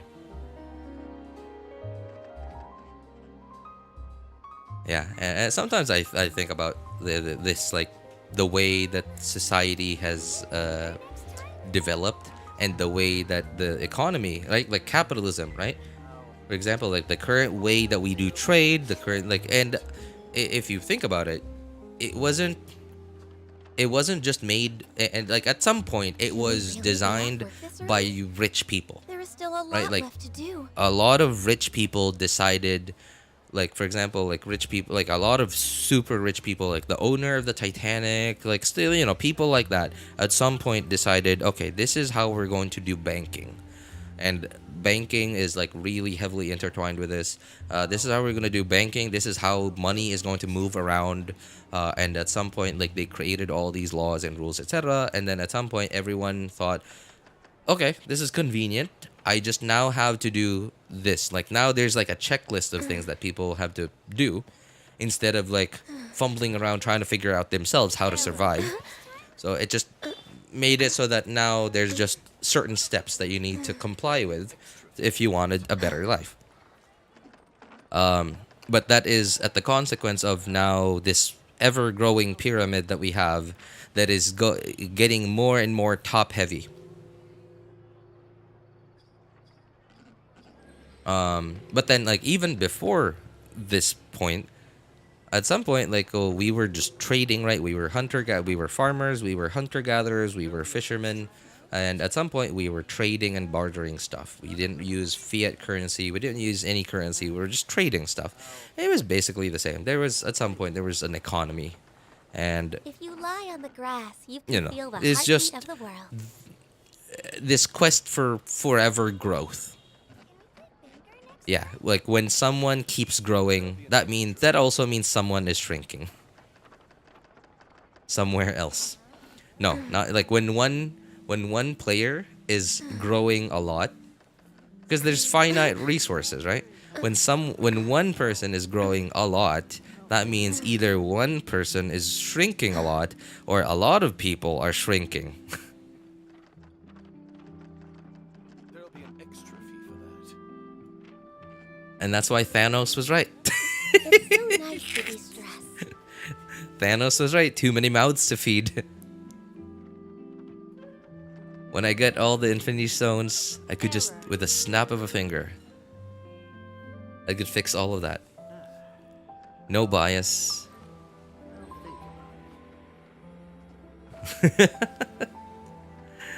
Yeah, certainly one of the better bad guys out there. One of the better bad guys out there.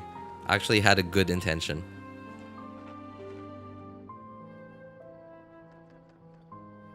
It was half correct. He could have wiped the entire universe, but he didn't.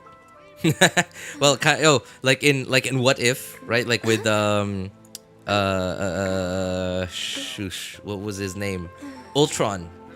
Yeah, Ultron, right? In What If, Ultron did his idea of peace was quiet. It's If you lie on the grass, you can so feel the if heartbeat of everything the is world. dead, then there would be peace. But then his definition of peace is quiet. I'll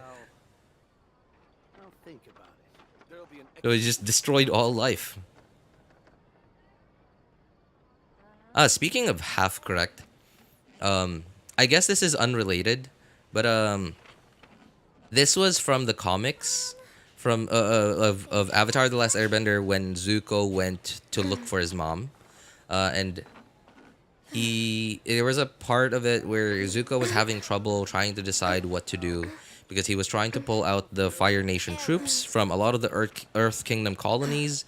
But after 100-year war, at some point, some of those Earth Kingdom colonies have, like they're basically as much Fire Nation as they are Earth Kingdom, and like, yeah, they didn't want to pull out because like some of them had families already. They had children that were both they had children that were Firebenders and Earthbenders, and they were fine, and they didn't want to leave anymore. They didn't want to be split apart. And at some point, Zuko went to Ozai to ask for help. Asked for advice, and he shared a story about It's so nice him to de-stress. saving a little turtle at a beach from a hawk that was trying to hunt it down for food. And Zuko asks, "So you're saying I was wrong to save the turtle?" And then Ozai says, "You're half right. So I should have let the hawk have the turtle? Then you're also half right."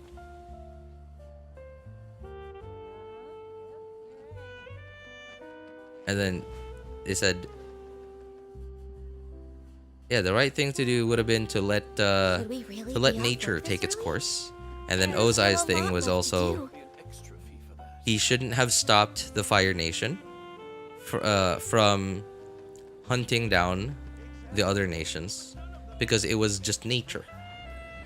The strong will I guess defeat or eat, I don't know, consume the weak, and it's just part of nature. That was at least Ozai's side of things, but that really got me. Yeah, that really got me. Like, you don't know which one's right. None of them are right. If you lie on the grass, you can feel the heartbeat of the world.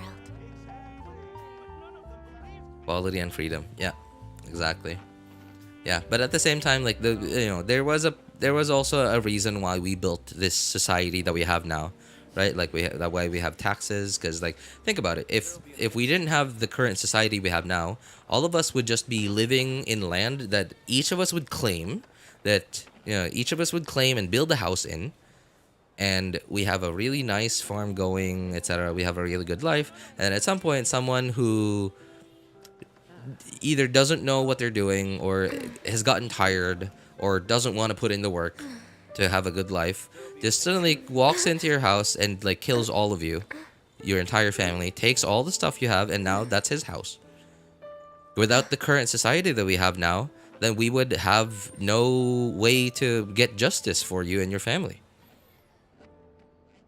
People would be like, oh, you live here now? All right, hey, all right. Well, I like the area.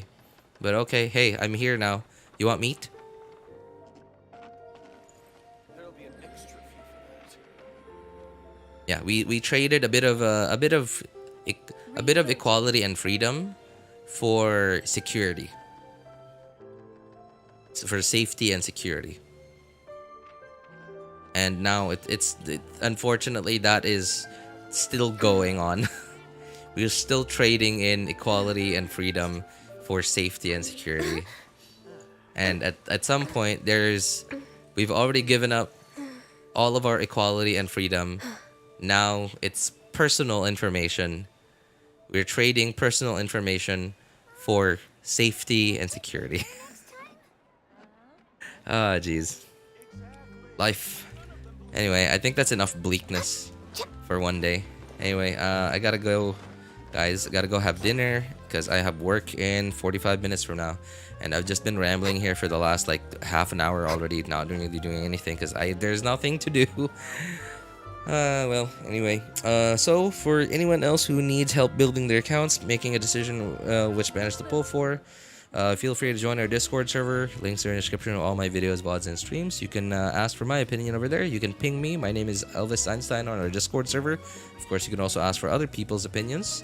Thank you guys so much for coming by, hanging out, and being awesome people. Have a good day, good afternoon, good evening, and take care, everybody. Bye, guys.